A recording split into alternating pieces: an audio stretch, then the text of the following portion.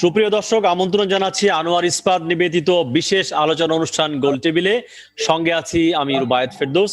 আজ আমরা কথা বলবো কোন দিকে করোনা ও রাজনীতি। প্রিয় দর্শক, এই বিষয়ে আলোচনার জন্য আমাদের সঙ্গে যোগ দিয়েছেন আওয়ামী লীগ দলীয় সংসদ সদস্য অধ্যাপক ডক্টর হাবিবে মিল্লাত এমপি। ডক্টর মিল্লাত, আপনাকে স্বাগত জানাচ্ছি অনুষ্ঠানে। আমাদের সঙ্গে আছেন বিএনপির ভাইস চেয়ারম্যান ও বিএম এর সাবেক মহাসচিব অধ্যাপক ডক্টর AJM জাহিদ হোসেন। জাহিদ, আপনাকে স্বাগত। আছেন বিএনপি দলীয় সংসদ সদস্য ব্যারিস্টার রুমিন ফারহানা, আপনাকে স্বাগত যোগ দেওয়ার জন্য। এবং জাতীয় পার্টি দলীয় সংসদ সদস্য ব্যারিস্টার শামীম হায়দার পাটোয়ারি এমপি, আপনাকে স্বাগত। আমরা আশা করছি একটুক্ষণের মধ্যে আমাদের সঙ্গে যোগ দিবেন আওয়ামী লীগের আরেকজন এমপি আব্দুল ওয়াদুদ দারা। তো প্রিয় দর্শক, আপনারা যদি অনুষ্ঠানে মতামত জানাতে চান, আপনাদের টেলিভিশনে পর্দায় দেখানো নম্বরে ফোন করুন। আমরা জানিয়ে রাখি, অনুষ্ঠানটি একযোগে ফেসবুক এবং ইউটিউবে প্রচারিত হচ্ছে। আজকে পর্যন্ত যদি আমরা আপডেট বলি, তাহলে সারা দেশে করোনা শনাক্তের ৮৮তম দিনে আজ দেশে শনাক্ত হয়েছে ২৬৯৫ জন, মৃত্যু হয়েছে ৩৭ জন মানুষের। মোট শনাক্ত বাংলাদেশে ৫৫,১৪০ জন এবং মোট মৃত্যু দেশে ৭৪৬ জন। আজকে একটি রাজনৈতিক বক্তব্যে এসে বিএনপির মহাসচিব মির্জা ফখরুল বলেছেন যে সরকারের কাছে জীবন বাঁচানোর চাইতে সরকারের প্রবৃদ্ধি অর্জনই বড় কথা। মহামারীর মধ্যেও ব্যবসায়ীদের স্বার্থ রক্ষা করছে সরকার, এরকম অভিযোগ তিনি করেছেন। এবং তিনি বলেছেন, প্রধানমন্ত্রীর ব্যক্তিগত চিকিৎসক ডক্টর আব্দুল্লাহ বলেছেন ছুটি বাড়ানোটা ঠিক হয়নি, এটা সুইসাইডাল হয়েছে, কিন্তু সরকার সেটা মানছে না। এবং কিডস ইকুইপমেন্ট নিয়ে দুর্নীতির খবর আছে। আনোয়ার খান মডার্ন হাসপাতাল রোগীদেরকে আটকে রেখেছে, বাড়তি টাকা আদায় করছে সে অভিযোগ এসছে, এবং তারা রোগীকে ধরে রেখেছে এবং কিছু বাড়তি টাকা দিয়ে তারপর রোগীকে ছাড়াতে হয়েছে, এবং এর আগেও তারা অনেকগুলো টাকা নিয়েছে, এই ধরনের নিউজ এসছে। তিনি আবার লক্ষ্মীপুর ১ আসনের আবার সংসদ সদস্য মিস্টার আনোয়ার খান। এর আগে আমরা দেখেছি ২৫শে মে ২ ভাই শিকদার গ্রুপের রন ও দীপু, তারা এয়ার অ্যাম্বুলেন্সে করে ব্যাংককে পালিয়ে চলে গেছে, তাদের নিয়েও আজকে রিপোর্ট আসে। এবং যুবলীগে দেখেছি কক্সবাজারের চকরিয়াতে ৭২ বছরের এক বৃদ্ধকে বিবস্ত্র করে তাকে মারধর করা হয়েছে। ওয়ার্ড যুবলীগের সভাপতি আনসুর আলম।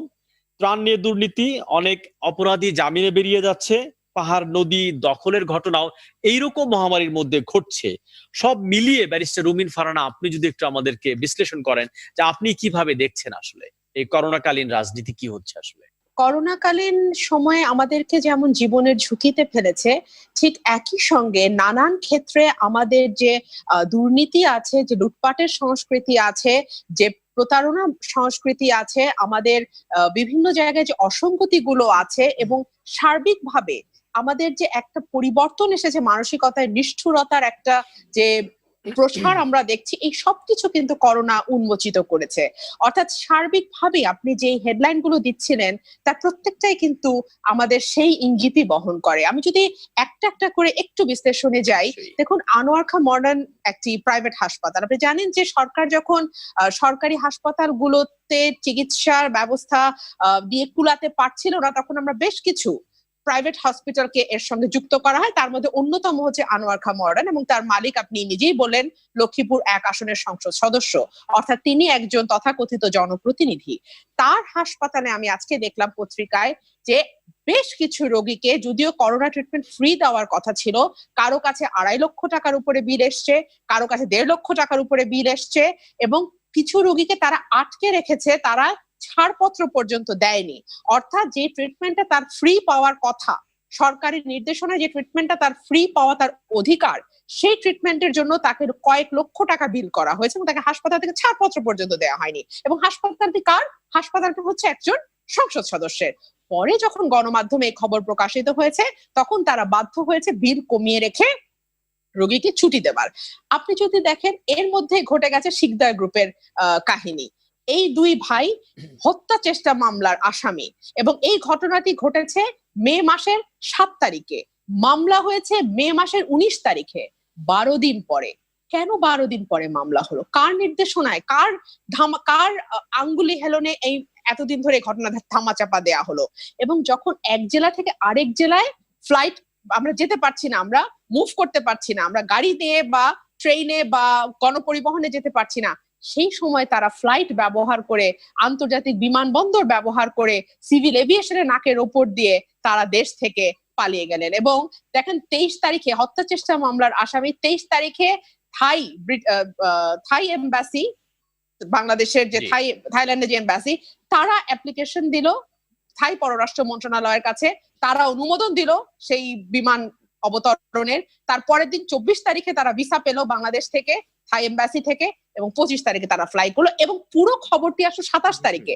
অর্থাৎ কি সুন্দরভাবে পুরো বিষয়টিকে সাজানো হয়েছে যে তারা যখন নিরাপদে দেশ ত্যাগ করলো তারপরে ঘটনাটি প্রকাশিত হলো। অথচ আমার মতন একজন অতি সাধারণ তুচ্ছ বিরোধী দলের কর্মী যখন কোনো কনফারেন্সে দেশের বাইরে যাই, তখন কোর্ট অর্ডার থাকা সত্ত্বেও, পাসপোর্ট ভ্যালিড ভিসা থাকা সত্ত্বেও আমাকে 4টা গোয়েন্দা সংস্থা সহ 5টা সংস্থার অনুমোদনের জন্য ওসি সাহেবের ঘরে, বিমানবন্দরের ওসি সাহেবের ঘরে 1.5 থেকে 2 ঘন্টা অপেক্ষা করতে হয়। যখন আমার সবুজ পাসপোর্ট ছিল তখন যেমন আমাকে অপেক্ষা করতে হতো, এখন লাল পাসপোর্ট নিয়ে যখন আমি ট্রাভেল করি, কোর্ট অর্ডার সাথে নিয়ে যখন আমি ট্রাভেল করি, তখন আমাকে 2 ঘন্টা অপেক্ষা করতে হয়। কিন্তু এই দুই অপরাধী, এই দুই চিহ্নিত ব্যক্তি যাদের নামে হত্যা চেষ্টা মামলা আছে, সেই দুই অপরাধী সরকারের নাকের উপর দিয়ে দেশ থেকে চলে গেল বিদেশে। অর্থাৎ সর্বত্র যে এক ধরনের বিশৃঙ্খলা এবং সর্বত্র যে এক ধরনের নৈরাজ্য আমরা লক্ষ্য করছি, সেটা দেশের জন্য খুব অশুভ বার্তা বহন করে।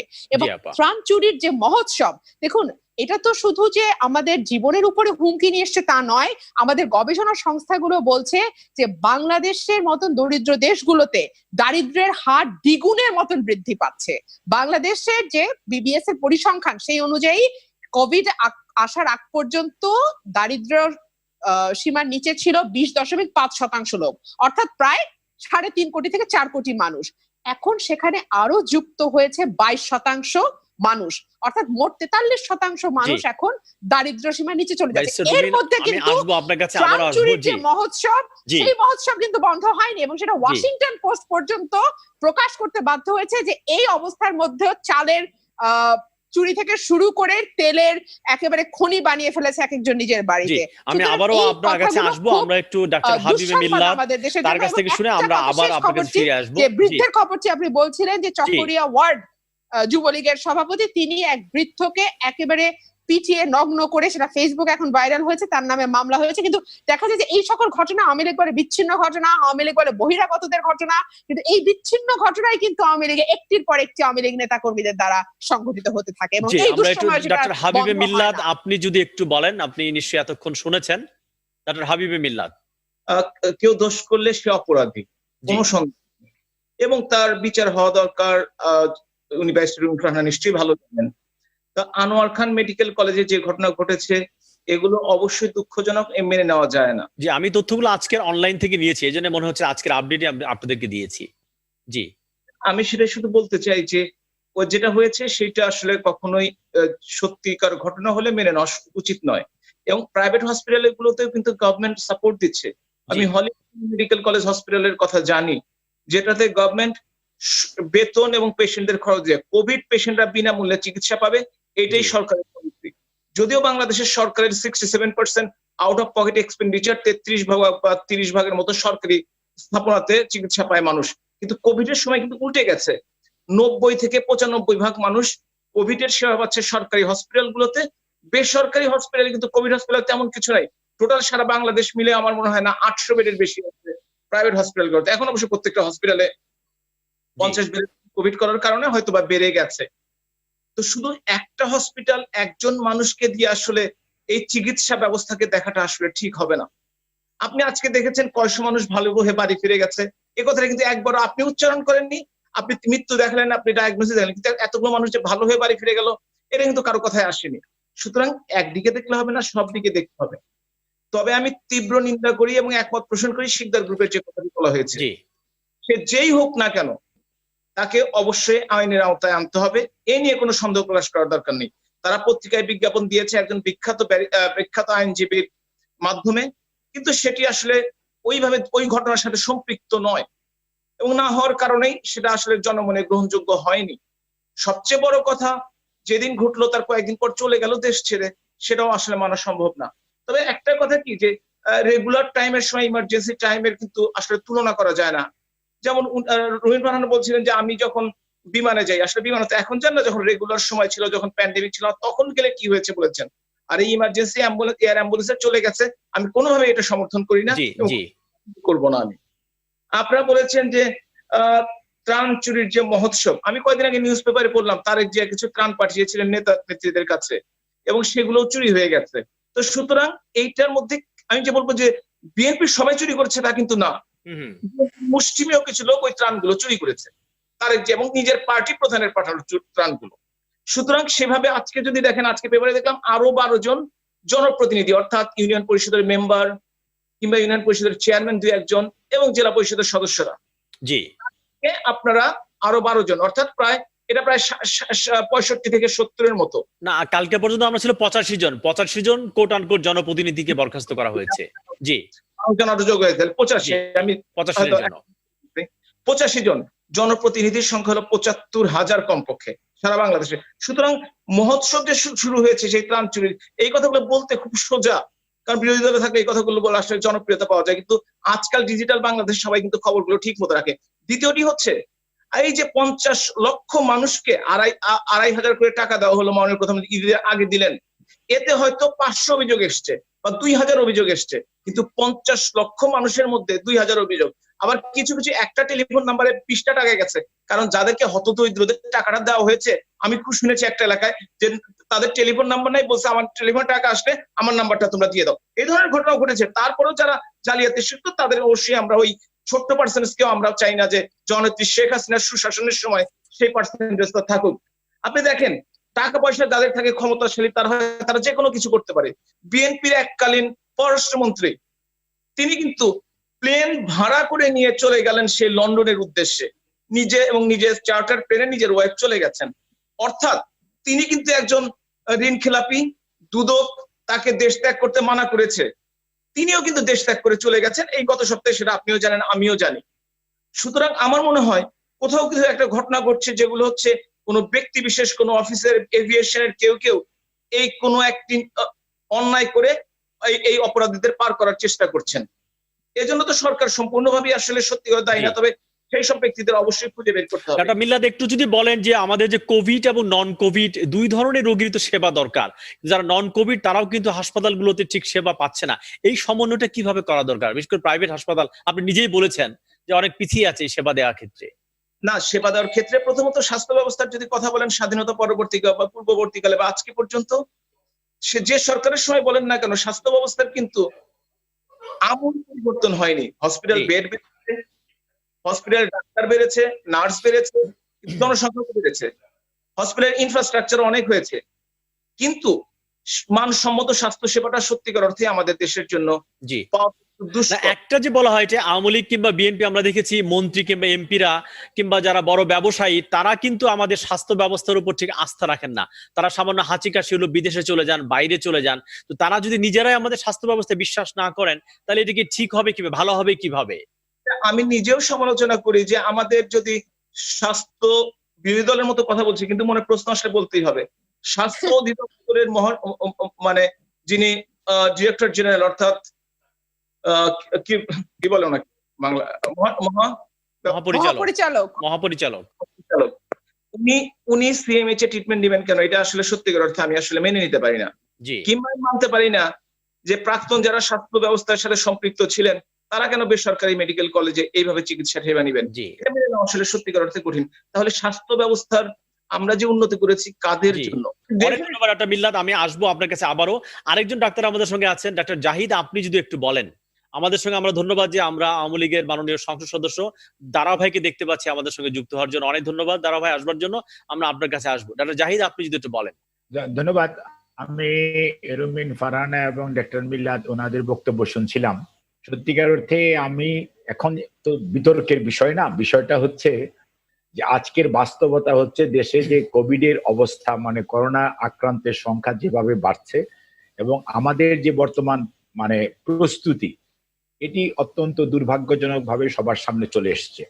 এখন এই অবস্থায় সত্যিকার অর্থে না কোভিডের রোগীরা যথাযথ চিকিৎসা যেটুকু পাওয়া উচিত সেটা যেমন পাচ্ছে, নন কোভিড পেশেন্ট যারা তাদের হয়রানির শিকার আরো বেশি হচ্ছে। কিছুক্ষণ আগেই আমি আপনাকে এই জাস্ট মিটিংটা শুরু করার কিছুক্ষণ আগেই কুর্মিটোলা জেনারেল হসপিটালে একটা পেশেন্ট ভর্তি আছে, কিন্তু তার হিমোগ্লোবিন, তার অক্সিজেন স্যাচুরেশন 43-এ নেমে গেছে। ডাক্তাররা সবাই দৌড়চ্ছে যে একটা আইসিইউর বেড দরকার, একটা ভেন্টিলেটর দরকার। কিন্তু ঢাকা মেডিকেল কলেজ বলেন, আপনার কুয়েত মৈত্রী বলেন, মুগদা বলেন, অর্থাৎ সরকারি সেট আপ যতগুলো ছিল, ইভেন আমি নিজেও প্রাইভেট সেট আপেও খোঁজ নিয়ে দেখলাম একটা ভেন্টিলেটরও খালি নাই। অর্থাৎ ওই রুগীটাকে, ওই 46 বছরের ওই ভদ্রলোককে সেভ করার জন্য দেওয়ার রেডি, যে তারা দরকার পড়লে পে করতেও রাজি, কিন্তু সত্যিকার অর্থে আমরা কিন্তু পেলাম না। এখন এই কথাটা যেটা ডাক্তার মিল্লাদের বক্তব্য থেকে এসেছে, সত্যিকার অর্থে আপনি যদি খেয়াল করেন, স্বাধীনতা পরবর্তীতে আমাদের হেলথ সেক্টরে যে ইনভেস্টমেন্ট, যেটা আমরা সবসময় বলতাম যে জিডিপির 2.5% হেলথে ইনভেস্টমেন্ট করতে হবে, কিন্তু আনফরচুনেটলি যখন যারাই ছিলেন, এখনো যারাও আছেন, আমরা হয়তো টাকার অঙ্কে দেখি অনেক টাকা, কিন্তু সত্যিকার অর্থে দেখা যাচ্ছে যে জিডিপির যে টাকাটুকু দেওয়া প্রয়োজন, সেই ইনভেস্টমেন্ট হেলথ সেক্টরে না হওয়ার কারণে আজকে আমাদের যে দৈন্যতা, এটা মারাত্মক ফুটে উঠছে। যার জন্যই ডিজি হেলথ যে সিএমএইচ এ ভর্তি হচ্ছে, অথবা কোনো একজন সাবেক স্বাস্থ্যমন্ত্রী থেকে দেখা যাচ্ছে প্রাইভেট সেটআপকে উনি বেশি বিশ্বস্ত। না ডাক্তার জাহিদ, একটা তো হচ্ছে বিনিয়োগের ব্যাপার, আরেকটা হচ্ছে যতটুকু বিনিয়োগ হয় সেটা কি ঠিক মতো ব্যবহার হয়, এটা কিন্তু স্বাস্থ্য খাতে দুর্নীতি কিন্তু বড় প্রশ্ন। আপনি একসময় ডাক্তারদের নেতা ছিলেন, আপনার সম্পর্কে অনেক অভিযোগ আছে, এই তদবির করা, করা, অনেক ধরনের অভিযোগ আপনার সম্পর্ক আছে। রুবেদ ভাই, আপনাকে এবং এই ডাক্তাররা একটা আওয়ামী লীগ আর বিএনপি এরকম ভাগ হয়ে গেছে, সেটা কতটা ভালো হয়েছে আসলে আমাদের স্বাস্থ্য ব্যবস্থার জন্য, আপনি যদি বলেন। সেটা তো খুবই ইতিহাস, সেটা আপনি খুব সুন্দর করে বলছেন, কিন্তু গত 15 বছর যাবত যারা ক্ষমতায় আছেন তারা তো চালাচ্ছেন। এখন আমরা এখানে এই যে গত কয়েকদিন আগে মাস্ক নিয়ে যে দুর্নীতি দেখলাম, এবং মাস্কের কারণে ডাইরেক্টর সিএমএসডি চেঞ্জ হয়ে যায় বা XYZ চেঞ্জ হয়ে যায়, যে সাপ্লায়ার সে যখন পত্রিকায় বিজ্ঞপ্তি দিয়ে বলে আমি ভুল করেছি, আমার এটাকে ভুল, তাহলে দায় দায়িত্ব কার উপর চাপে? কিন্তু তাকে শাস্তি দেওয়ার আদৌ কোনো উদ্যোগ আমরা কি দেখেছি? আমরা দেখি নাই, দেশবাসী দেখে নাই। যে মাস্ক অত্যন্ত গুরুত্বপূর্ণ স্বাস্থ্যকর্মীদের জন্য, চিকিৎসকদের, বরঞ্চ আমরা কি দেখেছি, যে চিকিৎসক লিখিতভাবে কমপ্লেইন করলো, প্রধানমন্ত্রীকে বললেন, সে চিকিৎসককে বদলি করা হলো, চিকিৎসককে ওএসডি করা হলো। অর্থাৎ অন্যায়ের বিচার না করে বরঞ্চ অন্যায়টা যখন প্রধানমন্ত্রীর গোচরে আনা হলো, তখন দেখা গেল চিকিৎসকের বিরুদ্ধে শাস্তি নেওয়া হলো। অর্থাৎ এই যে একটি মানসিকতা, যে অন্যায়কে ঢেকে রাখা এবং অন্যায়কে যারা করছে তাদেরকে প্রশ্রয় দেওয়ার যে মানসিকতা, এটা থেকে কিন্তু বের হয়ে আসে না। আর আপনি হেলথ সেক্টরে যে দুর্নীতির কথা বলেন, এই দুর্নীতি গত কয়েক বছর পত্র পত্রিকায় যা এসছে, তার যদি সত্যিকার অর্থে দুদকের চেয়ারম্যান সাহেব মাঝে মাঝে বলেন, কিন্তু সত্যিকার অর্থে তার কোনো প্রতিফলন দেখা যায় না। যদি প্রতিফলন দেখা যেত, তাহলে সত্যিকার অর্থে হয়তো এরকম ঘটনা ফার্দার রিপিট করতো। এখন দেখেন সবাই প্রশ্ন তুলেছেন যে বিএনপির একজন নেতা মন্ত্রীও ছিলেন, তিনি যে প্লেনে করে সস্ত্রীক লন্ডনে চলে গেলেন, শুনেন সেটা কি ব্যাপার, যদি একটু প্রতিক্রিয়া দেন। ডাক্তার মিল্লাত অর্ধেকটা খবর বলেছে, বাকি অর্ধেকটা যদি আপনি বলেন তাহলে ভালো হয়। হ্যাঁ, বাকিটা আমি বলে দেই, আমি কারণ নাম বলতে চাই না, আপনি খেয়াল করেন সোহেল রহমান সাহেব আর হইতেছে মোর্শেদ খান সাহেব, ওনারা সব পরিবারে প্লেন চার্টার করে চলে গেছেন। কেন গেছেন আমি কিছুই জানি না, পত্রিকায় দেখেছি। এখন কথা হচ্ছে তারা কারা, তারা সমাজের কোন শ্রেণীকে রিপ্রেজেন্ট করে এবং তারা কোন প্রয়োজনে গেছে। তারা তো নিশ্চয়ই সরকারের সর্বোচ্চ পর্যায়ের অনুমোদন ছাড়া নিশ্চয়ই কোনো চার্টার ফ্লাইট, আর যাই হোক এটা এয়ার অ্যাম্বুলেন্স না, এটা charter flight, charter flight move করেছে, দ্যাট মিনস সর্বোচ্চ অথরিটির অনুমোদন ছাড়া মুভ করে নেই। কাজে এই উত্তর আমার কাছে জানা, আমার মনে হয় মিল্লাতের কাছে পাওয়া যেতে পারে। এই উত্তর আমার মিল্লাত, আপনার কাছে কি উত্তর আছে কিনা? যে এলিট বিআই বলা হচ্ছে, বাংলাদেশের দুটো এলিট বিআই, তারা এইভাবে যে প্লেনে করে আমাদেরকে রেখে চলে গেলেন, জনগণ আমরা কি করব বলেন? এখন আমি যেটা বলতে চাই যে এইটা বিতর্কের জন্য আমি বলতে চাই না, আমার কথা হচ্ছে এলিট ব্যবসায়ী, এলিট রাজনীতিবিদ, সত্যিকার অর্থে জনগণের প্রতি, দেশের প্রতি আদৌ এদের মমতা, ভালোবাসা আছে কিনা? ডক্টর মিল্লাত, আপনার কাছে উত্তরটা খোঁজা হচ্ছিল, আপনি যদি একটু আনমিউট করেন। আসলে প্লেন চার্টার করার জন্য একদম উপর মহল পর্যন্ত যাওয়ার প্রয়োজন নাই। জাহিদ ভাই আমার বড় ভাই, মেডিকেল কলেজে আমরা পড়াশোনা করেছি, ওনার ছোট ভাই আমাদের ইন্টার্ন করেছেন, তখন আমরা ফার্স্ট ইয়ারে ভর্তি। এখন কথা হচ্ছে এর জন্য কিন্তু উপরে যাওয়ার দরকার নাই।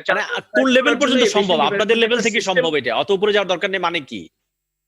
টাকা থাকে, আপনি কালকে চার্টারে কোথায় যাবেন? আমি একটা কথা বলি, জাহিদ ভাই অনেক কথা বলেছেন, আমি আসলে সত্যি বলতে চাই, এক সময় কিন্তু জাহিদ ভাইয়ের প্রভাব কি ছিল সেটা আপনিও জানেন, আমিও জানি স্বাস্থ্য সেক্টরে, কিন্তু তখনও কিন্তু আইসিইউর বেড, ভেন্টিলেশন এর চেয়ে কম ছিল, কারণ সে সময় কিন্তু তেমন কোনো উন্নয়ন হয়নি। এখন যে বিশাল কিছু হয়েছে আইসিইউ বেডের ক্ষেত্রে, সেক্ষেত্রে কিন্তু বলছি না। কিংবা বিনিয়োগ তখন পার্সেন্টেজে এবং পরিমাণেও কিন্তু অনেক কম ছিল। শামীম হায়দার পাটোয়ারি, আপনি যদি একটু বলেন বাংলাদেশে আওয়ামী লীগ এবং বিএনপির মধ্যে বেআই সম্পর্কটা এত বেশি পর্যায়ে আছে, মাঠে যে দ্বন্দ্ব, এটার সাথে ওই বেআই সম্পর্কে কখনো কখনো মিলে না। এটা একটা লিস্টও করা ছিল, অনেক লম্বা একটা লিস্ট পত্রিকায় ছাপিয়েছিল। যাই হোক, সেটা আমি বলবো না। আমি কয়েকটা একটু ভিন্ন মাত্র একটা কথা বলতে চাচ্ছি। দেশ একটা বিশাল ক্রাইসিসের মধ্যে আছে, সেখানে আমাদের এক্সিকিউটিভরা 70-80% কাজ করছেন, এটা তারা খুব কমেন্ডেবল জব করছেন। জুডিশিয়ারি আর একটা অঙ্গ, তারা ভার্চুয়াল কোর্ট মিলে সর্বোচ্চ 20 বা 30% কাজ করছেন। রুবিন ফারহানাও এখানে বলতে পারবেন। আমার মনে হয় 30%-এর বেশি সাপোর্ট তো দিতে পারছে। জুডিশিয়ারি ভার্চুয়াল কোর্টের ব্যাপারে কি আমি একটু যুক্ত করতে পারি? আমি একটু যুক্ত করি। দেখুন, ভার্চুয়াল কোর্টের বিষয়টা এরকম দাঁড়িয়েছে যে যিনি মামলা ফাইল করছেন সেই লয়ারকে যেমন থাকতে হচ্ছে, যে ক্লার্ক কাজ করছে তাকেও থাকতে হচ্ছে, এটা ভার্চুয়াল হচ্ছে না, হচ্ছে এটা আসলে ভার্চুয়াল হচ্ছে না। এটা যদি শুধুমাত্র কাউকে নিরাপত্তা দিয়ে থাকে, সেটা জজ সাহেবকে নিরাপত্তা দিচ্ছে। আমি সে ব্যাপারে আসলে কোনো আপত্তি করছি না, কিন্তু নিরাপত্তাটা সকলের জন্য হলে ভালো হয়। আর না হলে ভার্চুয়াল কোর্ট যদি আমরা সত্যি সত্যি ভার্চুয়াল না রাখতে পারি, তাহলে শুধুমাত্র ব্যক্তি বিশেষের নিরাপত্তা নিশ্চিত করবার জন্য বা একটি গোষ্ঠীর নিরাপত্তা নিশ্চিত করবার জন্য আমরা যদি বলি জুডিশিয়ারিকে আমরা নিরাপত্তা দিচ্ছি, তাহলে কিন্তু খুব ভুল বলা হয়। মানে অনেক কথা বলার সুযোগ আছে দেখে এটা এড়িয়ে গেছে। যেহেতু বললেন, আসলেই ব্যাপারটা তাই। এখানে আসলে ভার্চুয়ালি 10% তো হচ্ছে না, 90% ম্যানুয়ালি করা হচ্ছে, যে কারণে আমাদের একজন লাইব্রেরিয়ান মারা গেলেন, যে কারণে আমাদের 3-4 জন স্টাফ অসুস্থ, যে কারণে আমাদের ক্লার্ক অসুস্থ, 4 জন লয়ার অসুস্থ, তাদের মধ্যে একজন সিনিয়র। ফোন কলে 2005-4 সালে আমরা মারেবা ইনজাংশন দেখেছি, কোর্টে আমাদেরকে পড়িয়েছিল। সেই সিস্টেম থেকে আমাদের এখন অনেক, আমরা সেখান থেকে কিছু শিখতে পারিনি। যাক, আমি যে জন্য শুরু করেছিলাম, যে আমাদের একটা বিশাল অঙ্গ, সবচেয়ে পাওয়ারফুল, সবচেয়ে পলিটিক্যাল রিপ্রেজেন্টেটিভ সংসদ, এটা কিন্তু অকার্যকর হয়ে আছে। গত ফেব্রুয়ারি মাসের সেশনের পরে একদিন শুধু আনুষ্ঠানিকতার সংসদ হয়েছে, এবং সামনে বাজেটের সংসদও আমার মনে হচ্ছে খুব অনানুষ্ঠানিক হবে, কাটছাট হবে। এর ফলে রাষ্ট্রকে যদি আপনি 100% দেখেন, তাহলে এই মুহূর্তে রাষ্ট্র 50% কিন্তু কাজ করছে না। অ্যাডমিটেডলি এটা কেউ ডিনাই করতে পারবে না। সংসদকে ইতিমধ্যে কার্যকর করতে হবে, কারণ আলোচনা, ডিসকাশন এবং কার্যকর আলোচনা, কার্যকর ডিসকাশনের জায়গা হচ্ছে সংসদ। হ্যালো, শুনতে পাচ্ছেন? জি, একটু রুমিন আপা যদি একটু বলেন, ওনার পাটোয়ারি নেটওয়ার্কটা খুব ঝামেলা হচ্ছে। হ্যাঁ, এই বিষয় জি, আমাদের সংসদ শুরু হতে যাচ্ছে। আগামী 10 তারিখ আমাদের বাজেট দেয়া হবে, তারপরে বাজেট পাস হবে 30 তারিখ, অর্থাৎ প্রায় 1 মাসের মতো। যেটুকু আমরা ইতিমধ্যে খবর পেয়েছি সেটা হচ্ছে যে সংসদ বোধহয় ভাগ করে করে হবে, অর্থাৎ মানে কিছু সদস্য অমুক দিন বলবেন, কিছু সদস্য তারপরে বলবেন, এভাবে হবে। বাট যেভাবে হোক না কেন, আমাদের একটা বিষয় মাথায় রাখতে হবে, এটা বদ্ধ ঘর, এখানে অনেক সদস্য আছেন যারা প্রবীণ, এবং এটা অত্যন্ত গুরুত্বপূর্ণ। বাজেট সেশনটা হচ্ছে বলা হয় যে most important session in the parliament.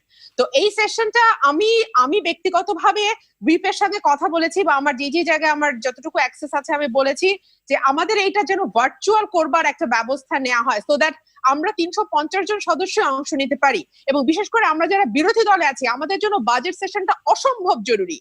এই বাজেট সেশনে স্বাস্থ্য খাত বলেন, কৃষি খাত বলেন, সোশ্যাল সেফটি নেটওয়ার্ক বলেন, এই জায়গাগুলোতে আমাদের অনেক কিছু বলবার আছে, কন্ট্রিবিউট করবার আছে। এই জায়গাগুলোতে যদি আমরা কন্ট্রিবিউট করতে না পারি, আমরা যদি আলোচনায় অংশ নিতে না পারি, এবং আমরা যদি প্রতি মুহূর্তে নিজেরা রিস্ক ফিল করি, ভয় বোধ করি, তাহলে তো আর আমরা আসলে খোলামেলা। অনেক ধন্যবাদ আপা। আবার আপনার কাছে আবার আসবো। ডক্টর মিল্লাত যদি একটু বলেন, জি, সামনে যে বাজেট অধিবেশন এবং সেখানে স্বাস্থ্য খাত কতটা গুরুত্ব পাওয়া উচিত, আমরা তো দেখলাম কি নাজুক অবস্থার মধ্যে আমরা আছি আসলে। ডক্টর মিল্লাত, আপনি নিজেও একজন চিকিৎসক, জি, ইতিমধ্যে কিন্তু আপনারা দেখেছেন এবং পত্রপত্রিকায় পড়েছেন, স্বাস্থ্য খাত নিয়ে এবার কিন্তু খুবই আলোচনা হচ্ছে, যেটি আরো আগে হলে ভালো হতো, তবুও যখন হয় তখনই ভালো। আপনি চিন্তা করে দেখেন, এখন যে এবছর কিন্তু প্রায় 10,000 কোটি টাকা এর মধ্যেই বাজেট গতবারের তুলনায় বাড়িয়ে দেওয়া হয়েছে, এবং বলা হচ্ছে যে আরো 6,000 কোটি টাকা বাড়তে পারে। মিল্লাত ভাই, 3,000 কোটি টাকা, 3,000, সেটাও আমি হিসাব বলবো, 10,000 না। মিল্লাত ভাই, সরি টু ইন্টারাপ্ট। গতবার 22,000 কোটি ছিল, এবার 31,000 কোটি টাকা ছাড়িয়ে গেছে, আরো 6,000 কোটি টাকা নিয়ে আলোচনা চলছে।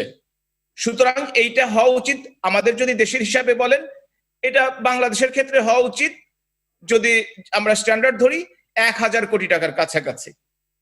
কিন্তু সেটা না হয়ে যা হচ্ছে, তবুও কিন্তু শুধুমাত্র তো স্বাস্থ্য বাজেট বাড়ালে হবে না, সক্ষমতা বাড়াতে হবে যে বাজেটটিকে আমরা সঠিকভাবে খরচ করতে পারবো প্রায়োরিটি অনুযায়ী। এবং তার জন্য যেটি প্রয়োজন সেটি হচ্ছে একটা লং টার্ম প্ল্যানিং আমাদের কিন্তু প্রতি 5 বছর পর পরই একটা করে প্ল্যানিং হয়, এটা কিন্তু আমরা সবসময় দেখে থাকি। কিন্তু সেই প্ল্যানিংটা আমরা কখনো আশা করিনি। আমি দেখেছিলাম ডক্টর টেড্রোস, যিনি WHO ডিরেক্টর জেনারেল, তিনি বলতেন যে ওয়ার্ল্ড হেলথ সিকিউরিটি অ্যান্ড আর একটা হচ্ছে যে ইউনিভার্সাল হেলথ কাভারেজ, দুইটাই হচ্ছে মুদ্রার এপিঠ ওপিঠ। কিন্তু আমরা বাংলাদেশ থেকে এমনকি আমরা বুঝতে পারিনি যে কেন উনি এই কথাটা বলেন। কিন্তু এখন আমরা দেখতে পাচ্ছি ইমার্জেন্সি কি জিনিস সেটা করোনা আমাদের চোখে আঙ্গুল দিয়ে দেখিয়েছে। আপনি বলছিলেন যে হসপিটালের কেন ভর্তি করছে না, কারণটি হচ্ছে যে এটা অমানবিক না করা প্রথমত, কিন্তু যিনি করবেন তিনি কিন্তু ডাক্তার নয়, তার মাথার উপর যে ব্যবসায়ী বসে আছেন তিনি হসপিটালের মালিক অথবা নিয়ন্ত্রণ করছেন, তার নির্দেশনা মেনে চলতে হচ্ছে। কিন্তু দোষটা যে পড়ছে ডাক্তারদের উপর। ডাক্তাররা কিন্তু হাসি মুখে কাজ করছে, 2-4 জন বাদ দিয়ে সকলে কিন্তু হাসি মুখে কাজ করছে, ভালো কাজ করছেন এবং পেশেন্টের সেবা দিতে চাচ্ছেন। প্রাথমিক পর্যায়ে সরকারি হসপিটালগুলো আগের দিকে আমরা এই বিভিন্ন প্রোটেকশন ইকুইপমেন্টের কথা শুনতাম, এই নেই সেই নেই, এখন কিন্তু সেই ধরনের অভিযোগ নেই। এখন হচ্ছে যে আমরা তো সত্যিকার অর্থে 3 মাসের অভিজ্ঞতা বা 3 মাসেরও কিছু কম, আপনি বললেন 88 ডেজ মানে 3 মাসেরও কিছু কম সময়ের অভিজ্ঞতা, এই সময় আমরা কিন্তু অনেকটা গুছিয়ে উঠতে পেরেছি এবং সত্যিকার অর্থে অনেকটা কাজ করতে পেরেছি। কিন্তু এই ঘন যদি সত্যিকার অর্থে আমাদের প্রতিরোধ। অনেক ধন্যবাদ মিল্লাত ভাই, আমি আসবো আপনার কাছে। দারা ভাই যুক্ত হচ্ছে, আমরা কি একটু দারা ভাইয়ের কাছে শুনতে পারি কিনা? জি, আমাদের আওয়ামী লীগ দলীয় সংসদ সদস্য দারা ভাই একটু কি বলবেন, আপনি শুনতে পাচ্ছেন? জি ধন্যবাদ। আসলে আমি কিছু অংশ আমি খবরের মাধ্যমে জানতে পেরেছি, তো ওইটা দিয়ে আলোচনা শুরু করেছিলেন, এই জন্য আপনাকে ধন্যবাদ এবং বিজ্ঞ আলোচকদের ধন্যবাদ। আমি টোটালটার সাথে সংযুক্ত হতে পারছিলাম না, তখন কেবল হলাম। যাই হোক, আসলে ফখরুল ইসলাম সাহেব উনি হয়তো ওনার পার্টির এজেন্ডা বাস্তবায়নের জন্য উনি এই আপৎকালীন সময় যেখানে গোটা বিশ্ব এখন এই করোনা মানে মহামারীতে আক্রান্ত, সেখানে আমাদেরকে উনি খাটো করা, সরকারের নানা দোষ ধরে ধরা, এগুলো নিয়ে উনি বলবেন, এটা আমাদের আপত্তি নেই। তবে আমরা চাইতেছিলাম যে আসলে বিএনপি রাজনৈতিক দল হিসাবে সক্রিয়ভাবে সরকারকে সহযোগিতা করে এবং সরকারকে সহযোগিতামূলক পরামর্শ দিক, এটি কিন্তু আমরা বিএনপির মধ্যে বরাবরই দেখছি না। বিএনপির বিভিন্ন রাজনৈতিক নেতৃবৃন্দ মানে ইনিয়ে বিনিয়ে যেভাবে হোক সরকারের চরম ধরনের সাকসেস কোনো বিষয়কেও তারা আনসাকসেস হচ্ছে এরকম কথা বলার চেষ্টা তারা করে। আমি মনে করি জাতির পিতার কন্যা জয়ন্তী শেখ হাসিনা এই করোনাকালীন সমস্যা, আমাদের কয়েকদিন আগে একটা টর্নেডো গেল, এর দিয়ে নানা যে সমস্যাগুলো চলছে গোটা পৃথিবীব্যাপী, সেই ক্ষেত্রে বাংলাদেশে যে ম্যানেজমেন্ট, সরকারি পক্ষ থেকে যে ম্যানেজমেন্ট, উনি কিন্তু যথেষ্ট পরিমাণে আন্তরিকতার সাথে ওনার টিম নিয়ে, ওনার রাজনৈতিক নেতৃবৃন্দ নিয়ে, দল নিয়ে, সকলকে নিয়ে আন্তরিক করার চেষ্টা করছে। এবং আমরা কিন্তু সাকসেস রেট যদি অন্যান্য দেশের সাথে তুলনা করি, আমি বলতে চাচ্ছি না যে আমরা ভালো আছি। আমাদের একটি মৃত্যু কামনা নয়, কারোরই কামনা নয়। সেই জায়গাতে থেকে আমি বলতে পারি যে আজকে রাজনৈতিক ভাবে যে কথাগুলো বলা হচ্ছে, আমাদের পার্টির সাধারণ সম্পাদক আমাদের শ্রদ্ধেয় নেতা ওবায়দুল কাদের সাহেব কিন্তু বারবার বলছে যে বিএনপি কি নিজে কোয়ারেন্টাইন করে রিস্ক করতেছে নাকি, যে উনি জনগণের কাতারে না এসে, জনগণকে সহযোগিতা না করে, জনগণের কাছে উপদেশমূলক অথবা সরকারকে সাজেশনমূলক কোনো সহযোগিতা না করে উনি সমালোচনা করলে তো, ওনারা সমালোচনা করলে তো জাতির কোনো কল্যাণে আসবে না, বরং জাতি এটাকে বিরূপ ভাবে নিবে। আমি সাধারণ অর্থে রাজনৈতিক বক্তব্যকে আমি এভাবে বিশ্লেষণ করবো যে এই বক্তব্য এইভাবে দেওয়াটা উচিত নয়। সরকার যথেষ্ট পরিমাণে অ্যাওয়ারনেস ডেভেলপ থেকে শুরু করে আপনারা যারা সাংবাদিক রয়েছেন এবং সরকারি বিভিন্ন মেশিনারি যারা রয়েছে, সকলে মিলে আন্তরিকভাবে চেষ্টা করছে। এবং দেখুন, সরকারের মেশিনাইজার এবং রাজনৈতিক নেতৃবৃন্দ এবং সাংবাদিক সকলে কিন্তু এই ভিক্টিমও হচ্ছে, আমরা ফ্রন্টলাইনে যা যুদ্ধ করছি। সেই ক্ষেত্রে বিএনপি রাজনৈতিক ভাবে যে কথাগুলো বলছি, এটা কিন্তু এই সময় কথা বলা উচিত নয়। এই সময় রাজনৈতিক কথা বলা, এই মহামারীতে রাজনীতি কোনো দেশেই চলছে না। কেন বাংলাদেশের বিরোধী দল রাজনৈতিক ভাবে এই কথাগুলো বলছে, এটা আমার অনেক ধন্যবাদ দারা ভাই সবশেষে যুক্ত হওয়ার জন্য। আমরা আবারও অনুষ্ঠানে ফিরবো। আমরা কাটায় 5 মিনিটের একটা বিরতি নিচ্ছি। প্রিয় দর্শক, আমরা কথা বলছিলাম করোনা ও রাজনীতি নিয়ে, আমাদের সঙ্গে থাকুন। আমরা ঠিক 4 মিনিট পরেই আমরা অনুষ্ঠানে ফেরত আসবো এবং এই নিয়ে আরো কথা বলবো। সঙ্গে থাকুন, ফিরছি এখনই।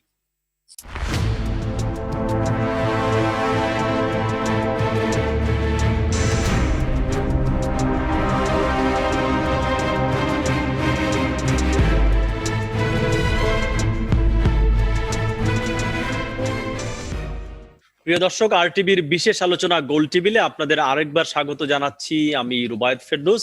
আমরা কথা বলছিলাম করোনা ও রাজনীতি নিয়ে। বিরতির আগে খানিকটা কথা আমরা বলেছি, বিরতির পরে আমরা আলোচনায় ফিরতে চাই। ডক্টর জাহিদ, আপনি যদি একটু বলেন। আমরা বলেছিলাম যে আসলে স্বাস্থ্য খাতের সমন্বয়হীনতার খুব প্রকট ভাবে দেখা দিয়েছে ঠিক এই সময়ে। তো স্বাধীনতার এতগুলো বছর পরেও এই অবস্থাতে নাজুক। ডক্টর মিল্লাত একটু নিজেই বলেছেন যে আমাদের যারা এলিট, ব্যবসায়ী, রাজনীতিবিদ, এমপি, মন্ত্রী, আমরা নিজেরাই যদি স্বাস্থ্য ব্যবস্থা বিশ্বাস না করি, আস্থা না রাখি, তাহলে এটাকে ভালো করব কিভাবে? সামান্য হাঁচি কাশিতেও কিন্তু আমরা বাইরে চলে যাই, লন্ডনে চলে যাই, সৌদি আরবে চলে যাই, না পড়লে ইন্ডিয়াতে চলে যাই। তাহলে আমাদের নিজেদের তো এটাকে বিশ্বাস করতে হবে। ডাক্তার জাহিদ যদি একটু বলেন। সবচেয়ে মজার বিষয় হচ্ছে মিল্লাত কিন্তু তার কথার মধ্যে একটা কথা বলে ফেলেছে, মানে সরকার 67% টাকা জনগণ খরচ করে চিকিৎসা স্বাস্থ্য ব্যবস্থা, আর 33% অর্থাৎ 1/3 টাকা সরকার ইনভেস্ট করে। এই হচ্ছে WHO statistics after the liberation war. আজ পর্যন্ত এই স্ট্যাটিস্টিক্স ইজ অন। অর্থাৎ দেখা যাচ্ছে যে হেলথ সেক্টরকে যে ইনভেস্টমেন্ট, এই ইনভেস্টমেন্ট সত্যিকার অর্থে যেরকম হওয়া উচিত ছিল সেরকম যেন হয়ই নাই। আর এটার যে পিলফারে যে মিসইউজ আছে সেটা নিয়ে বিভিন্ন স্টোরি আছে, এবং সেটা আজকের পত্রিকায় যদি দেখেন সিএমএসডি ডাইরেক্টর সাহেব এটা লিখিতভাবে চিঠি দিয়েছে সরকারের মানে মন্ত্রণালয়ের কাছে, তাকে বদলি করার পরে পুরো ঘটনাটাই সে উল্লেখ করেছে যে কিভাবে মাস্ক কেলেঙ্কারি হলো এবং এটার সাথে কারা কারা জড়িত, এবং কিভাবে এটা এর সাথে তার কোনো সম্পৃক্ততা নাই, বাট এটা স্বাস্থ্য মন্ত্রণালয়ের সর্বোচ্চ পর্যায়ে এটার সাথে সব কিন্তু সে লিখিতভাবেই বলেছে। যাই হোক, কিন্তু তারপরেও আজকে যে কথাগুলো এখানে আসছে সেই কথাগুলোর মধ্যে সমন্বয়হীনতা আমরা ডে 1 থেকে দেখেছি। অর্থাৎ 31শে ডিসেম্বর যখন উহানে করোনা প্রথমই হলো, 11ই জানুয়ারি যখন এটাকে আইডেন্টিফাই করা হলো যেটা কোভিড বা করোনা গ্রুপের একটা ভাইরাস থেকে হচ্ছে, তখন থেকে কিন্তু বলা শুরু হলো যে আমাদের প্রস্তুতি সর্বোচ্চ পর্যায়ে আছে, সর্বোচ্চ পর্যায়ে আছে। কিন্তু আনফরচুনেট থিং হচ্ছে স্বাস্থ্যমন্ত্রী মহোদয় মাইকের মধ্যে এসে বিসিপিএস এর অডিটোরিয়ামে বললেন যে সমন্বয়হীনতা এমন পর্যায়ে আছে, আমি জাতীয় কমিটির প্রধান, কিন্তু কিভাবে গার্মেন্টস। আমার মনে হচ্ছে ডাক্তার জাহিদ আমাদের একটু সমস্যা হচ্ছে, আমি একটু ব্যারিস্টার রুমিন ফারহান আপনি যদি একটু বলেন। জি, সমন্বয়হীনতা আমরা শুরু থেকেই লক্ষ্য করেছি, স্বাস্থ্যমন্ত্রী যেটা স্বীকারও করেছেন, এইটুকু জাহিদ ভাই আমাদেরকে বলেছেন। আমি তারপর থেকে যদি একটু বলি, স্বাস্থ্য খাতে দুর্নীতিটা যদি আপনি একটু দেখেন, আজকে যুগান্তরের হেড কলাম হয়েছে N95 নিয়ে, মাস্ক নিয়ে যে কেলেঙ্কারি হয়েছে এবং যিনি পরিচালক ছিলেন তাকে যেভাবে সরানো হয়েছে এবং যে কোম্পানি দায় স্বীকার করেছে তাকে যেভাবে এখনো কোন রকমের কোনো আইনের আওতায় আনা হয়নি, সেই ব্যাপারগুলো অত্যন্ত দুঃখজনক। শুরুতেই আমরা স্বাস্থ্য খাতের কিট নিয়ে, ল্যাবের যন্ত্রপাতি নিয়ে, মেডিকেল কেনাকাটা নিয়ে 22 কোটি টাকার দুর্নীতি, একেবারে ইনিশিয়ালি 22 কোটি টাকার দুর্নীতির খবর আমরা পত্রিকাতে দেখেছি। এক পর্যায়ে টিআইবি বলতে বাধ্য হয়েছে চরম অব্যবস্থাপনার কারণে সংক্রমণের হার প্রতিদিন বাড়ছে, আমাদের সুযোগ থাকা সত্ত্বেও আমরা ব্যবস্থা নিতে ব্যর্থ হয়েছি। প্রথম 58 দিনে যেখানে 10,000 আক্রান্ত হয়েছে, তারপরে 11 দিনে 20,000 হয়েছে, সেটা 7 দিনে 30,000 হয়েছে, 6 দিনে 40,000 হয়েছে, এবং আজকে তারপরে মাত্র 6 দিন পার হয়েছে, আজকে 55,000-এ গিয়ে দাঁড়িয়েছে। অর্থাৎ সংখ্যাটি কিন্তু এখন জ্যামিতিক না, মানে আমি বলবো যে অত্যন্ত দ্রুত বাড়ছে এবং খুব র্যাপিডলি এক্সপোনেনশিয়াল হারে বাড়ছে। এখন দেখুন টিআইবির পর ইউএনডিপি কি বলে। ইউএনডিপি তো না আওয়ামী লীগ না বিএনপি, এটা একটা আন্তর্জাতিক সংস্থা। ইউএনডিপি বলছে যে করোনা ভাইরাস সংকটে নাগরিকদের অর্থনৈতিক ও সামাজিক সুরক্ষার ক্ষেত্রে এশিয়া ও প্রশান্ত মহাসাগরীয় অঞ্চলের 18টি গুরুত্বপূর্ণ দেশের মধ্যে সবচাইতে পিছিয়ে আছে বাংলাদেশ। গত 6 এপ্রিল যুক্তরাজ্য ভিত্তিক এই সংস্থাটি FM গ্লোবাল রেজিলিয়েন্স ইন্ডেক্স 2019 শীর্ষক একটি প্রতিবেদন প্রকাশ করে এবং এই সূচক অনুযায়ী করোনা পরিস্থিতি মোকাবেলার সামর্থ্যের দিক থেকে 130টি দেশের মধ্যে বাংলাদেশের অবস্থান 106তম, অর্থাৎ একদম পেছনের দিকে। আমার এক ভাই বলছিলেন যে আপনার ব্যাপারে রুবায়েত ভাই যে একটু দুঃখ করে বলছেন আপনি সুস্থতার হারের ব্যাপারে কোনো কথা বলছেন না। দেখুন বাংলাদেশে সুস্থতার হার ছিল 2.57%। আমি তখন মিল্লাত ভাইয়ের সঙ্গে ডয়েশে ভ্যালেতে বোধহয় বা কোনো একটা টক শোতে ছিলাম, আমরা দুজনেই ছিলাম। তো সেখানে তখন সুস্থতার হার আমি বলেছিলাম যে 2.57%। তখন আন্তর্জাতিক ভাবে এই সুস্থতার হার অন্যান্য দেশের গড় ছিল 27%।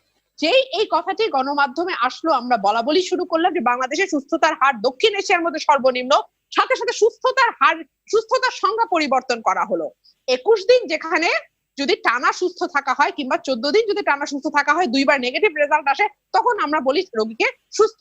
সেখানে দেখা গেল যে হাসপাতাল ঘোষণা করলো 3 দিন যদি সুস্থ থাকে তাহলেই তাকে সুস্থ বলে ঘোষণা করা হবে। অর্থাৎ সুস্থতার সংজ্ঞা পরিবর্তন করে সুস্থতার হার বাড়ানো হলো। এই যে জায়গায় জায়গায় এক ধরনের মানুষের সাথে, সাধারণ মানুষের সাথে যে এক ধরনের জালিয়াতি, আমি দুঃখিত আমি শব্দটি ব্যবহার করবার জন্য, যে এক ধরনের ধোঁকাবাজি আমরা দেখেছি সরকারের তরফে, সেটা অত্যন্ত দুঃখজনক। এবং 50 লাখ মানুষকে, যে কথাটি বলছিল যে 50 লাখ মানুষকে ত্রাণের আওতায় আনা হয়েছে, নগদ সুবিধা দেওয়া হয়েছে 2500 টাকা করে, সেটা নিয়ে কি ধরনের দুর্নীতি হয়েছে সেটাও আমরা দেখেছি। একটা মোবাইল নাম্বারের এগেইনস্টে 300 জন কি করে আসে, এগুলো তো আমাদের জাতীয় গণমাধ্যমে এসছে। 109 জন কি করে একটা মোবাইল নাম্বার দেয়? হ্যাঁ, 5 জন 10 জন দরিদ্র মানুষ হয়তো একজন চেয়ারম্যানকে বলতে পারে যে আপনার নম্বরটা আমি ভাই ব্যবহার করতে চাই, কিন্তু এখন যখন হাতে হাতে মোবাইল টেলিফোন, বাংলাদেশের মোবাইলের গ্রাহক কত আপনারা নিশ্চয়ই জানেন, তো সেই সংখ্যক মানুষ যারা আজকাল মোবাইল ব্যবহার করে, রিক্সাওয়ালার হাতেও মোবাইল আছে, একজন মুদি দোকানের হাতে মোবাইল আছে, প্রান্তিক মানুষের হাতে মোবাইল আছে, তা সেই রকম একটা অবস্থায় দাঁড়িয়ে কেন 300 জন 350 জন মিলে একটা নাম্বার ব্যবহার করবে? অর্থাৎ দুর্নীতি যে সর্বক্ষেত্রে। আর বিএনপির পররাষ্ট্রমন্ত্রী চলে যাওয়ার ব্যাপারে একটা কথা বলেছেন, উনি এখন বিএনপি রাজনীতির সঙ্গে নেই, এবং ওনার এই চলে যাওয়ার সঙ্গে কারা যুক্ত, কিভাবে যুক্ত, সেটা জাহিদ ভাই খুব স্পষ্ট করেই বলেছেন, এবং সরকারের সর্বোচ্চ পর্যায়ে বলতে আসলে উনি কি মিন করেছেন, কে কার বেআই, কে কার ভাই, এটা আমরা সবাই জানি। সুতরাং এটা নিয়ে আসলে আর দ্বিতীয়বার আলোচনা করার কিছু নেই। যে কথাটাই বলতে চাই, নন কোভিড রোগী যারা আছেন তাদের যে দুর্ভোগ, কারণ আমি আমার পরিবারে 2 জন নন কোভিড রোগীকে হারিয়েছি, যাদের একজন ছিলেন ডায়ালিসিসের পেশেন্ট, তিনি হাসপাতাল থেকে হাসপাতালে ঘুরেছেন, তাকে ডায়ালিসিস দেওয়া হয়নি, কারণ করোনার নেগেটিভ সার্টিফিকেট তাকে আনতে হবে। এখন করোনার নেগেটিভ সার্টিফিকেট আনতে হলে তাকে 8 থেকে 10 দিন অপেক্ষা করতে হয়, পরীক্ষা করলেই রেজাল্ট পাওয়া যায় না। এরকম একটা অবস্থায় তাকে বিনা চিকিৎসায় তিনি মৃত্যুবরণ করেছেন। একই ঘটনা ঘটেছে আরেকজনের ক্ষেত্রেও। অনেক সময় দেখা যায় হাসপাতালগুলো বুকে ব্যথা নিয়ে রোগী ঘুরছে, কিন্তু হাসপাতালগুলো ভর্তি নিচ্ছে না, বলছে নন কোভিড সার্টিফিকেট আনেন। অর্থাৎ এই যে এক ধরনের অব্যবস্থাপনা চতুর্পাশে, আজকে 8ই মার্চ থেকে শুরু করে আজকে জুন মাস, 3 মাস পার হয়ে গেল, আর যদি আপনি 31শে ডিসেম্বর ধরেন তাহলে আজকে 6 মাসে গিয়ে পড়লাম আমরা। তারপরেও কিন্তু আমরা স্বাস্থ্য খাতটাকে ন্যূনতম একটা পর্যায়ে। অনেক ধন্যবাদ ব্যারিস্টার রুমি ফারহান। আমি একটু যাব ব্যারিস্টার শামীম হায়দার পাটোয়ারি, তখন আপনি আসবো আপনার কাছে আবার। ব্যারিস্টার শামীম হায়দার পাটোয়ারি যদি একটু বলেন আপনি যে আমাদের হেলথের তো একটা ইনবিল্ট আগাবো কিভাবে স্বাস্থ্য খাত নিয়ে, সামনে যখন বাজেট, প্রথম হচ্ছে আমাদের জিডিপি তে ইন্টারন্যাশনাল স্ট্যান্ডার্ড হচ্ছে 15% of budget and 5% of GDP দিতে হবে, যেটা ইউএসএ, সুইজারল্যান্ড, জার্মানির কাছাকাছি দেয়। পৃথিবীর মধ্যে লোয়েস্ট 4টা দেশ, মোনাকো হচ্ছে লোয়েস্ট, এবং পাপুয়া নিউ গিনি হলো লোয়েস্ট, ব্রুনেই হচ্ছে লোয়েস্ট, বাংলাদেশ হচ্ছে লোয়েস্ট, যারা 1% এর নিচে জিডিপির আমরা স্বাস্থ্য খাতে দেই। তার সাথে কাপল উইথ দুর্নীতি, জনগণের মানে সেবা খাতে এই জিনিসটা অত্যন্ত কম যায়। প্রতি 10,000 লোকের জন্য যেখানে মিনিমাম ইউএসএ তে, ইন্ডিয়াতে, ইউএসএ 30 জন ডাক্তার আছে, আমাদের ছিল 3 জন, এখন 5 জন 6 জন হচ্ছে, আস্তে আস্তে বাড়ছে। হোসেন জিল্লুর রহমান সাহেব একটা স্পষ্ট কথা বলেছে, স্বাস্থ্য মন্ত্রণালয় যারা চালাচ্ছেন। যে আবার বোধহয় একটু সমস্যা হয়েছে। আব্দুল ওয়াদুদ দারা ভাই, আপনি কি একটু বলবেন? স্বাস্থ্য খাতের সমন্বয়হীনতা নিয়ে আমরা কথা বলছিলাম এবং জিডিপি বরাদ্দ নিয়ে বলছিলাম। সামনে যখন বাজেট, এই সামনে বাজেটে কি আমরা স্বাস্থ্য খাতকে কতটা গুরুত্বপূর্ণ ভাবে দেখবো, যখন আমাদের সামনে এই যে নাজুক এবং ভঙ্গুরতার ব্যবস্থা ধরা পড়েছে? দারা ভাই, না ঠিক আছে, স্বাস্থ্য খাত নিয়ে পৃথিবীর এই মহামারীর সময় কোন দেশ কতটা স্বাস্থ্য খাতকে সবচেয়ে সমুন্নত রাখতে পেরেছে এবং রাখছে, তার প্রমাণ কিন্তু আমরা দেখতে পাচ্ছি। আমাদের অর্থনৈতিকভাবে আমরা বিগত 10-15 বছর আগে চরম পিছিয়ে পড়া একটা জাতি ছিলাম, একটা রাষ্ট্র ছিলাম। সেই জায়গা থেকে আমরা অনেক দূর পর্যন্ত এগিয়েছি। যেমন এখনই আমার শামীম হায়দার পাটোয়ারি বলছিল, ডাক্তারদের নিয়োগের ক্ষেত্রে বলেন অথবা আমাদের জিডিপি কি বলে বরাদ্দ বলেন, সেগুলো নিশ্চয়ই আমাদের কম, কিন্তু আমরা ডাক্তার নিয়োগ বলেন, তারপর সেবিকা সেবক নিয়োগ বলেন, এগুলো আমরা ত্বরান্বিত করছি। কিন্তু বিষয় হলো, হুট করে তো একটা স্বাস্থ্য খাতকে একদম চরম ভঙ্গুর অবস্থা থেকে একদম চরম সীমায় পৌঁছানো যাবে না।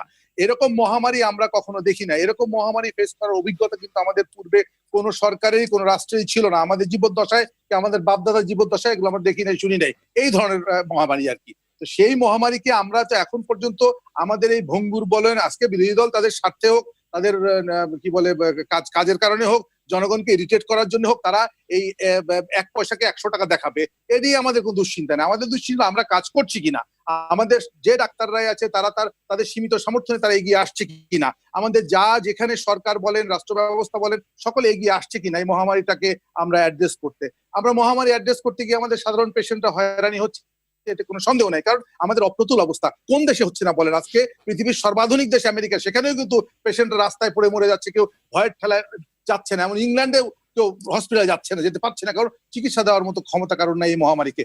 তারপরেও আমরা যে এই সীমিত সামর্থ্য নিয়ে অ্যাড্রেস করছি, আমাদের সাহসী লোকগুলো এগিয়ে যাচ্ছে। সেই জায়গায় আমি মনে করি যে এই ধরনের বিদ্রুপ সমালোচনা না করে আমাদেরকে ভালো পরামর্শ দেন, যে পরামর্শগুলো সরকার কাজে লাগাতে পারবে এবং এই জনগণকে ইরিটেটেড না করে জনগণকে সাহস যোগান, যেন জনগণ অন্তত পক্ষে যে কথাটা বলা হচ্ছে আতঙ্কিত হলে তাদের ইমিউনটা ডিফিসিজ হতে পারে, সেখান থেকে তারা অ্যাটাক হতে পারে, বরং এরকম ধরনের আতঙ্কগ্রস্ত কথা না বলে সাহসী কথা বলেন যেখানে জনগণ সাহসী হবে। দাঁড়াবে, অনেক ধন্যবাদ। একটা বিষয় আপনি তখন মিস করে গেছেন, আমরা যে আলোচনা করছিলাম, আমাদের যারা এমপি কিংবা মন্ত্রী কিংবা যারা ব্যবসায়ী, সেটা যে দলই হোক না কেন, আওয়ামী লীগ, বিএনপি, জাতীয় পার্টি, তারা সামান্য অসুখ হলে আমরা দেখি বিদেশে চলে যায়, মানে তারা এই স্বাস্থ্য ব্যবস্থাকে আস্থায় রাখে না, বিশ্বাস করে না।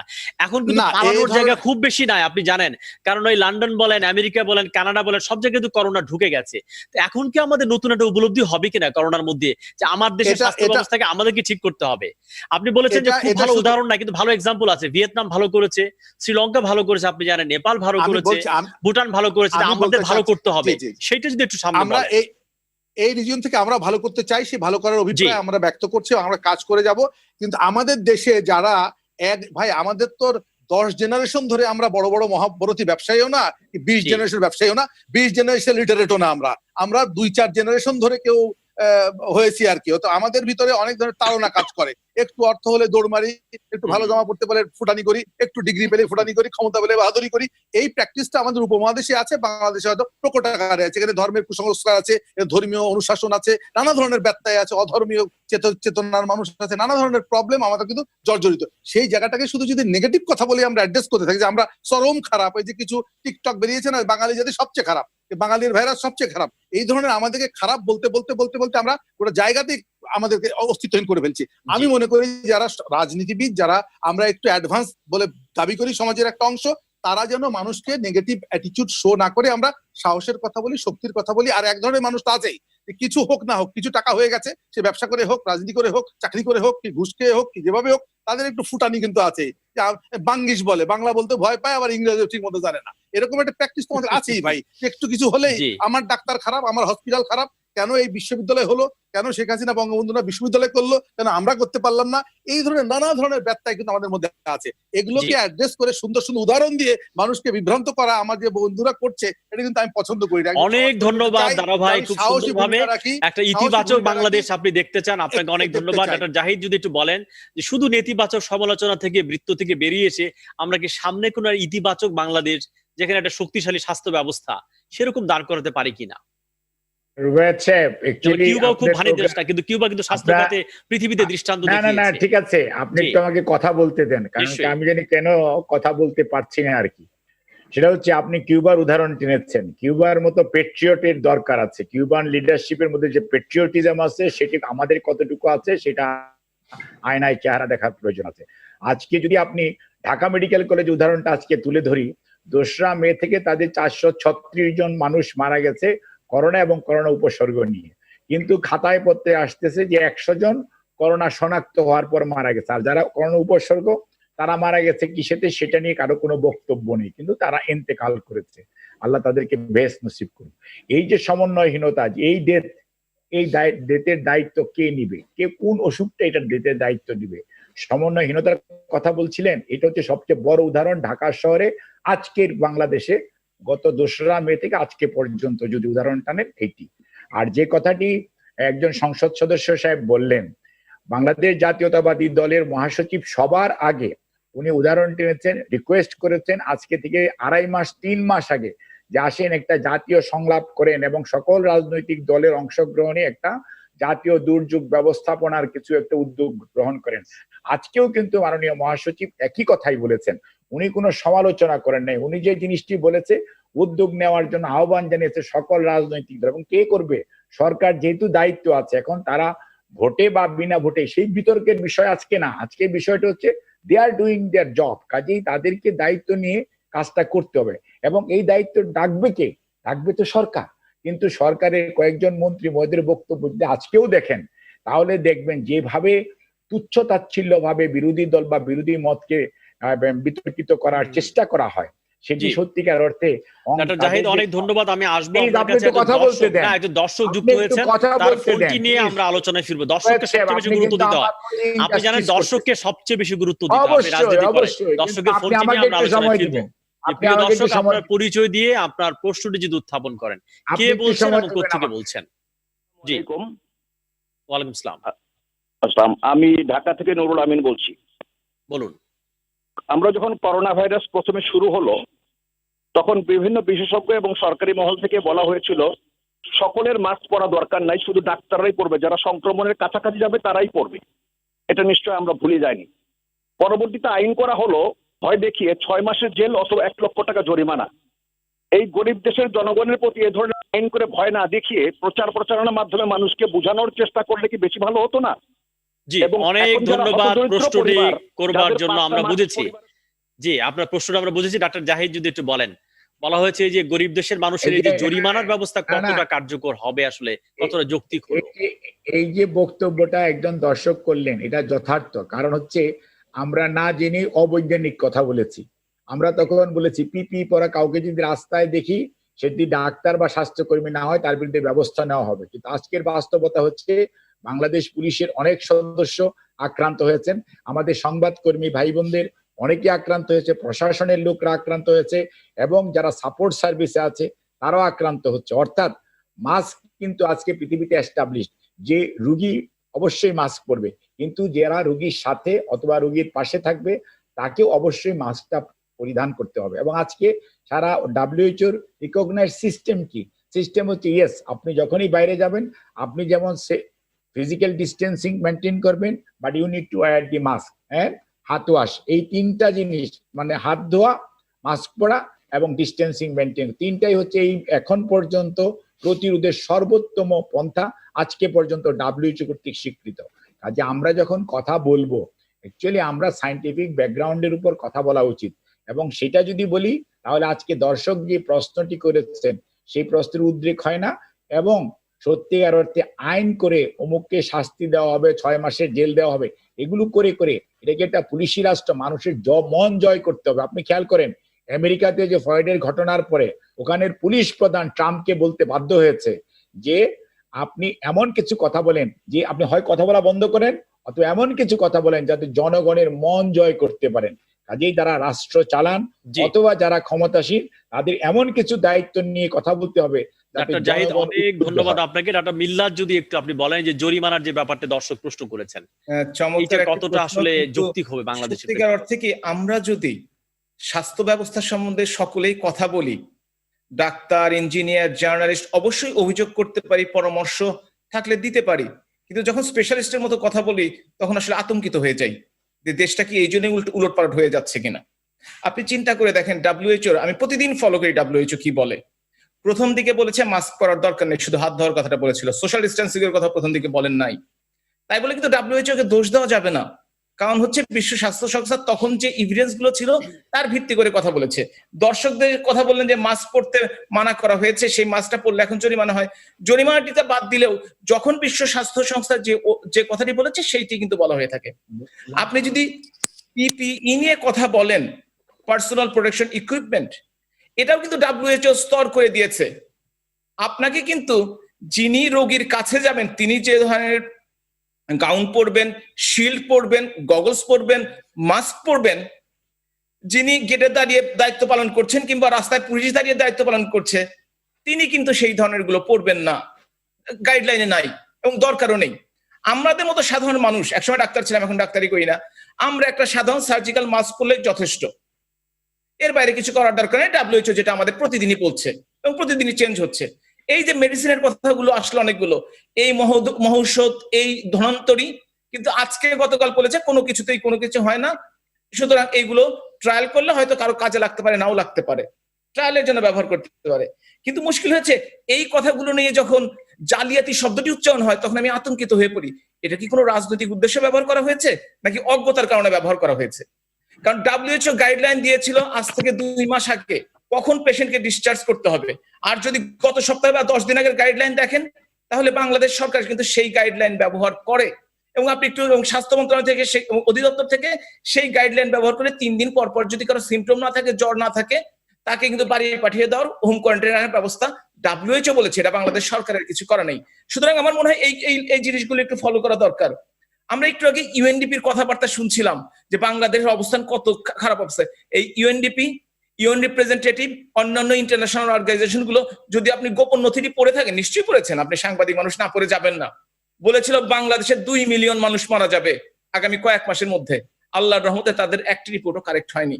তারা তাদের মতো করে রিপোর্ট পাঠায় এবং আমরা টিভিতে সেই রিপোর্টগুলো পড়ে মনে করি আমরা অনেক বড় কিছু করে ফেললাম। আপনি দেখেন ফোর্বসের রিপোর্ট পড়েন, জননেত্রী শেখ হাসিনার করোনা ঠেকানোর জন্য তিনি যে পদক্ষেপগুলো নিয়ে এসে প্রশংসিত হয়েছে, বিশ্বে করোনা ঠেকানোর নেতা নেত্রীদের মধ্যে তার অবস্থানকে সুসংহত করেছেন। এবং সাথে সাথে তিনি একটি কথা বলেছিলেন যে যাদেরকে ওই ধরনের পিপিই পরা অবস্থায় পাওয়া যাবে তাদেরকে রোগীদের সেবায় পাঠানো হবে, কারণ সেই মুহূর্তে আমরা প্রস্তুত না থাকার কারণে আমাদের ওই পিপিই গুলো তখন এসে পৌঁছায়নি দেশে, এবং মানুষ নিজের টাকা খরচ করে ওই দুষ্প্রাপ্য জিনিসকে অনেক ধন্যবাদ। আরেকজন দর্শক যুক্ত হয়েছে, তার ফোনটি নিয়ে আমি আপনার কাছে আসবো। দর্শকের ফোনটি কেটে যাবে, ফোনটি নিয়ে আমি আপনার কাছে আসবো। প্রিয় দর্শক, আপনার পরিচয় দিয়ে যদি প্রশ্নটি উত্থাপন করেন, আপনি কোত্থেকে বলছেন এবং কে বলছেন, পরিচয় দিয়ে প্রশ্নটি উত্থাপন করুন। কে বলছেন? হ্যাঁ রুবাই ভাই, আসসালামু আলাইকুম। ওয়ালাইকুম আসসালাম। রুবাই ভাই, আমি বিদ্যুৎ বলছিলাম পান্থপথ থেকে। আপনি ভালো আছেন তো? আমার এক নেতাও আছেন, আমি পাটোয়ারি এমপি সাহেব, বলুন। আমার একটা প্রশ্ন হচ্ছে, আমার এক ফ্রেন্ডের ওয়াইফ একটা হচ্ছে গিয়ে আপনার কি বলে ডক্টর, সে মুগদা মেডিকেলে তার কোভিডের জন্য পরীক্ষা করতে দিয়েছিল। দেওয়ার পরে আজকে 26 তারিখে ওইটা আইডিসিআর এ পাঠানো হয়েছে, আইডিসিআর থেকে ঢাকা ইউনিভার্সিটিতে পাঠানো হয়েছে। আমরা জানি যে ঢাকা ইউনিভার্সিটি দুদিন হচ্ছে বন্ধ হয়ে গেছে। এখন ঢাকা ইউনিভার্সিটি থেকে এখন মানে তাকে কোনো রিপোর্ট দেওয়া হচ্ছে না তার কোভিড হয়েছে কিনা, ঠিক আছে, করোনা হয়েছে কিনা। এখন ওনাকে বাসায় অক্সিজেন দিয়ে রাখা হয়েছে। এর মধ্যে তাকে আবার ঢাকা মেডিকেলে নেওয়া হয়েছিল ভর্তি করার জন্য। ঢাকা মেডিকেল থেকে বলছে আমরা রিপোর্ট ছাড়া ভর্তি করাবো না।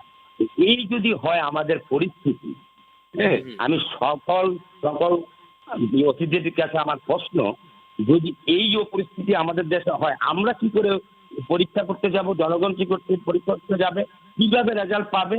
এতদিন কি ইয়েটা গুরুত্বটা থাকে? জি, অনেক ধন্যবাদ মিস্টার বিদ্যুৎ পান্থপথ থেকে প্রশ্ন করার জন্য। একটা মিল্লাত, আপনি যদি বলেন, নিজে একজন চিকিৎসক আপনি, মানে এক ধরনের হয়রানির শিকার হচ্ছে এই প্রতিষ্ঠান ওই প্রতিষ্ঠান, ও পাঠাচ্ছে এইখানে, একটা ক্লিয়ার কাট একটা নির্দেশনা বোধহয় থাকা উচিত। আপনি যদি ঢাকা মেডিকেল কলেজে যেয়ে থাকেন, আপনাকে আমি এখন যে পরীক্ষা করে দেখেন, কোভিড নন কোভিড দুই ধরনের পেশেন্টকেই ভর্তি করা হচ্ছে, কোনো সন্দেহ নেই। এখন পরীক্ষার ব্যাপারটি হচ্ছে, আমরা যখন শুরু করেছিলাম আইডিসিআর এ, তখন একটি মাত্র মেশিন ছিল সারা বাংলাদেশে, 94টি টেস্ট করতে পারতো দিনে। এই জন্য হয়তো প্রথম 1000-এ পৌঁছতে আমাদের কিছু সময় লেগেছে। জি, পরবর্তীতে গত 4 দিন আগে আমার নির্বাচনী এলাকা সিরাজগঞ্জে 49 নম্বর মেশিনটি বসেছে। সারা বাংলাদেশে এখন 15,000-এর মতো টেস্ট হচ্ছে। এইটা যে আমরা মেশিন বাড়ার কারণে টেস্ট বাড়ছে, এটা দিন গুণে আসলে কোনো লাভ নাই। আপনাকে একটা কথা বলতে পারি, সেটা হচ্ছে বাংলাদেশে প্রতিদিন 2,500 লোক মারা যায়, কোভিডের কথা বলি না, নর্মাল সময়ে। এখনো কিন্তু সেই 2,500 লোক মারা যাচ্ছে। সুতরাং ঢাকা মেডিকেল কলেজে রোগীর সংখ্যা 100, 200, 300 মারা যেতে পারে। এখন সেই রোগীকে যদি আমরা সবসময় শুধু যেহেতু কোভিড চলছে সেই কোভিডের দিকে ধাবিত করার চেষ্টা করি, তাহলে সাধারণ রোগ অসুখ বিশেষে যে 2,500 লোক মারা গেল, সেই লোকগুলো কোথায় যাবে? হ্যাঁ, হয়তো দুই একটা ভুল হতেই পারে, 2 একজন করোনা অন্য ডিজিজের সাথে করোনা এনে মারা গেছে, এই 2 একটা হতেই পারে। কিন্তু যাদেরকে কনফার্ম করোনা ডেথ, তাদেরকে করোনা ডেথ হিসেবে ধরা হয়। বাকিগুলোতে যে কারণে মারা গেছে সেখানে 2 একটা যে ভুল হয় না সেটা কিন্তু আমি বলছি না। কিন্তু আমি যে কথাটি বলতে চাই, আমাদের সমালোচনা করছেন, অবশ্যই সরকার আছে, আপনাদের অধিকার, গণতান্ত্রিক দেশ, আপনারা করবেন, এবং সেটা থেকে আমরা আরো শুনে বুঝে সমালোচনা নিয়ে আমরা আরো ইমপ্রুভ করব, যা অনেক করেছি গত 11টি বছরে। বিএনপি একটা ঘটনা বলুক গত 11 বছরে জনগণের পক্ষে একটি আন্দোলন সংগ্রাম করেছে, জনগণের পক্ষে, এবং এই মহামারীর সময় জনগণের পাশে যে দাঁড়িয়েছে, বিএনপির মহাসচিব থেকে শুরু করে সকল পর্যন্ত, কয়দিনের জন্য? আজকে যখন আমি একজন সামান্য আওয়ামী লীগের কর্মী, বেলাল যখন আমাকে আজকে সন্ধ্যা 8টার দিকে ফোন করে, তখন আমি সিরাজগঞ্জ থেকে ঢাকা আসছিলাম, কারণ আমার নির্বাচনী এলাকায় যে জনগণের সাথে দেখা করতে দায়বদ্ধতা আছে। এই যে আমরা নেতা নেত্রীরা এখানে আছি, একটু আমি প্রত্যেককে জিজ্ঞেস করছি সর্বশেষ কবে তার এলাকায় গেছেন। অনেক ধন্যবাদ। যে প্রশ্ন ছুড়ে দিয়েছেন ব্যারিস্টার রুমিন ফারহান কিংবা ডাক্তার জাহিদ যদি বলেন যে বিএনপি কি করেছে, প্রশ্ন তিনি করেছেন এই গত 88 দিনে, ত্রাণ নিয়ে হোক, স্বাস্থ্য সেবা হোক, করোনা। ধন্যবাদ। উল্লেখযোগ্য কোনো অর্জন আছে কিনা আপনাদের দিক থেকে? রুবায়েত ফেরদৌস, আপনাকে বলতে চাই, আপনার মাধ্যমে বলতে চাই, আমার ভাই ডাক্তার মিল্লাত যে প্রশ্ন করেছে, সে তার নিজের চোখ দিয়ে যেটা দেখেছে সেটা বলেছে।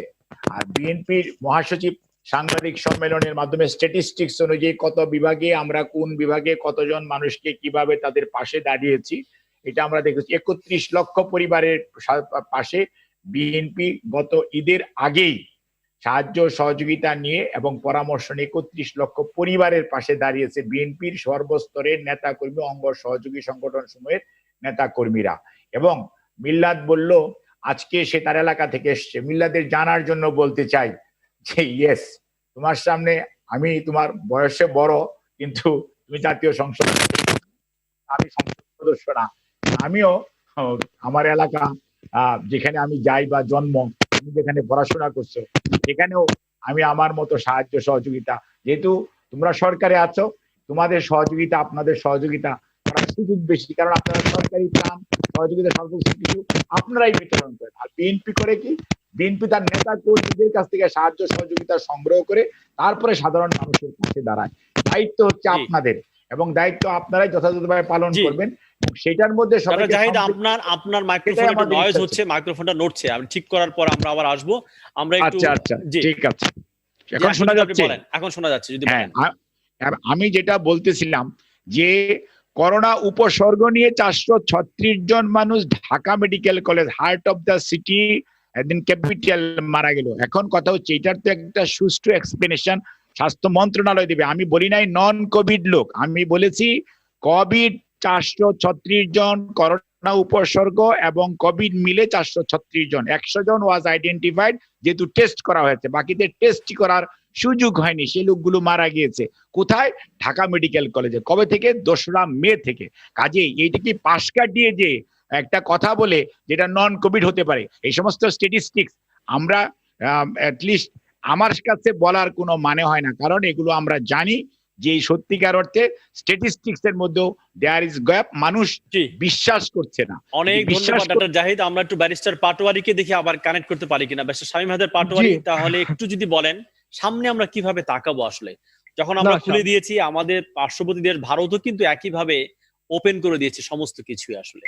তো এটাকে বলা হচ্ছে যে এটাকে এটা নিউ নরমাল, এটাকে মেনে নিয়ে আমরা সামনে কিভাবে আগাতে পারি আসলে, নতুন বাস্তবতা মেনে নিয়ে আগাবো। কিন্তু আমাদের সরকার থেকে প্রচুর মাস্ক, প্রচুর সাবান, প্রচুর হ্যান্ড স্যানিটাইজার এগুলো ফ্রি দেওয়া উচিত। এগুলো খুব এক্সপেন্সিভ জিনিসটা, সরকারের অনেক টাকা খরচ হবে না।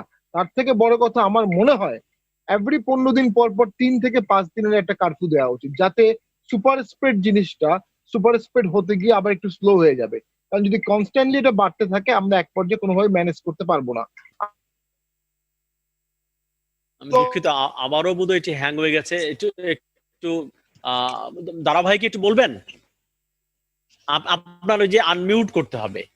আমি করেছি যে আমি যেটা বলতে চাচ্ছি যে আমাদের ডাক্তার জাহিদ সাহেব যে কথা বলছিল, উনি বিজ্ঞ ডাক্তার, উনি একসময় বড় দলের একজন ডাক্তার নেতাও ছিলেন। উনি এখন যেভাবে বলছেন, উনি ঢাকা মেডিকেল কলেজে যে হিস্ট্রিটা দিলেন, এটি নিশ্চয়ই আমরা অনেকেই অপরাপর এটা খবরের কাগজের মাধ্যমে, আপনাদের মাধ্যমে জানতে পারি। বিষয়টি হচ্ছে কি, আসলে নেগেটিভ ভাবে বলতে বলতে আমাদের রাজনীতি, মানে আমাদের সুস্থ কথাকে আমরা নেগেটিভ ভাবে বলতে চেষ্টা করি। এই যে আমাদের ডাক্তার মিল্লা যে হিসাবটা দিচ্ছিল, বাংলাদেশে কোভিড এর বাইরে অনেক মানুষ মরে, গোটা পৃথিবীতেই কোভিড এর বাইরে প্রতিদিনই আমরা যেটা জানতাম, একটা সেন্সাস থেকে জানতাম যে, যেমন উনি বললেন কোন সেন্সাস ঠিক না। আসলে এখন যখন আমেরিকার উদাহরণ দেওয়া সম্ভব হয়, তখন গণতন্ত্রের জন্য ওনারা আমেরিকার উদাহরণ দেন। এখন আমেরিকার উদাহরণ চলতেছে না এই মহামারীর ক্ষেত্রে, লন্ডনের উদাহরণ চলতেছে না, আর কেউ দেয় না, ইটালির উদাহরণ চলতেছে না, আর কেউ দেয় না। এখন বলতেছে কি নেপালেরটা দেয়, নেপালে মরেনি আনফরচুনেটলি, কারণ নেপালে লোক যাইতেও চায় না, নেপালে দরকারও ছিল, হয়তো তারা কন্ট্রোল করেছে, ছোট ছোট দেশের দিচ্ছে।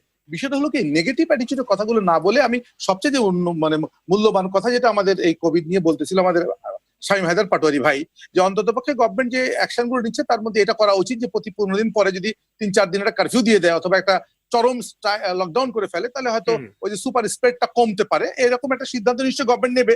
গভর্নমেন্ট নেবে জন্য কিন্তু হালকা করে, কারণ জীবন এবং জীবিকা দুটোকেই কিন্তু সমভাবে নিতে হবে। কিন্তু আওয়ামী লীগের সাধারণ সম্পাদক তিনি কিন্তু বলেছেন, আমরা দেখছি যদি 15 জুন পর্যন্ত আমাদের আবার কঠোর হতে হবে, তিনি এটা বলেছেন। জি বলেছেন, মানে আসলে কি তাহলে আবার কি লকডাউন হতে পারে না? কেন হবে না? যদি দেখা যায় চরম ভাবে আমরা আবার বিপদগ্রস্ত হয়ে স্পাইক, কাপটা দেখেছেন স্পাইকের মতো কাপটা কিন্তু উঠে যাচ্ছে, উঠছে না না উঠছে মানে কি, আসলে হয়েছে কি, কোন কোন গবেষকরা বলছে যে বাংলাদেশে অনেক মানুষ, এই উপমহাদেশে অনেক মানুষ আসলে কোভিডে আক্রান্ত হয়েছে। কারণ আমাদের এখানের, আপনিও যেমন বলেন, ফেসবুকেও আমরা সবসময় দেখি যে আমাদের এখানে ইমিউন ভালো, ইমিউন ডেভেলপ করেছি আমরা, অ্যাসিম্পটোমেটিক, আমাদের উপসর্গ অ্যাসিম্পটোমেটিক বলা হচ্ছে, বোঝা যাচ্ছে না। সেই সব দিক থেকে আমি যেটা মনে করি, আমরা তুলনামূলকভাবে এখনো অনেকখানি ভালো আছি। তারপরেও আমাদের এই ভালোকে ভালো বলে আমাদের বসে থাকলে চলবে না, সরকারও কিন্তু বসে নেয়। আবার জি। এটাও তো হতে পারে না যে এই কোভিড এর ভয়ে দেখা গেল যে আমরা কোভিডে যদি সরি কথা বলছি, এটা অন্যভাবে নেবেন না, যে কোভিডে যদি 10 জনের ক্ষতিগ্রস্ত হতো, না খাওয়া হবে যেন 10 কোটি ক্ষতিগ্রস্ত না হয়, সেটাও কিন্তু সরকারকে দেখতে হবে। যেমন দায়িত্ব দিলেন সরকারকে যে আপনারাই তো করবেন, আপনারাই সব দেখবেন, আমরা তো শুধু ওই কোন রকমে যাবো অথবা বলার বেলা বলবো, করার বেলা করবো না, ঠিক আছে আমরা মানবো।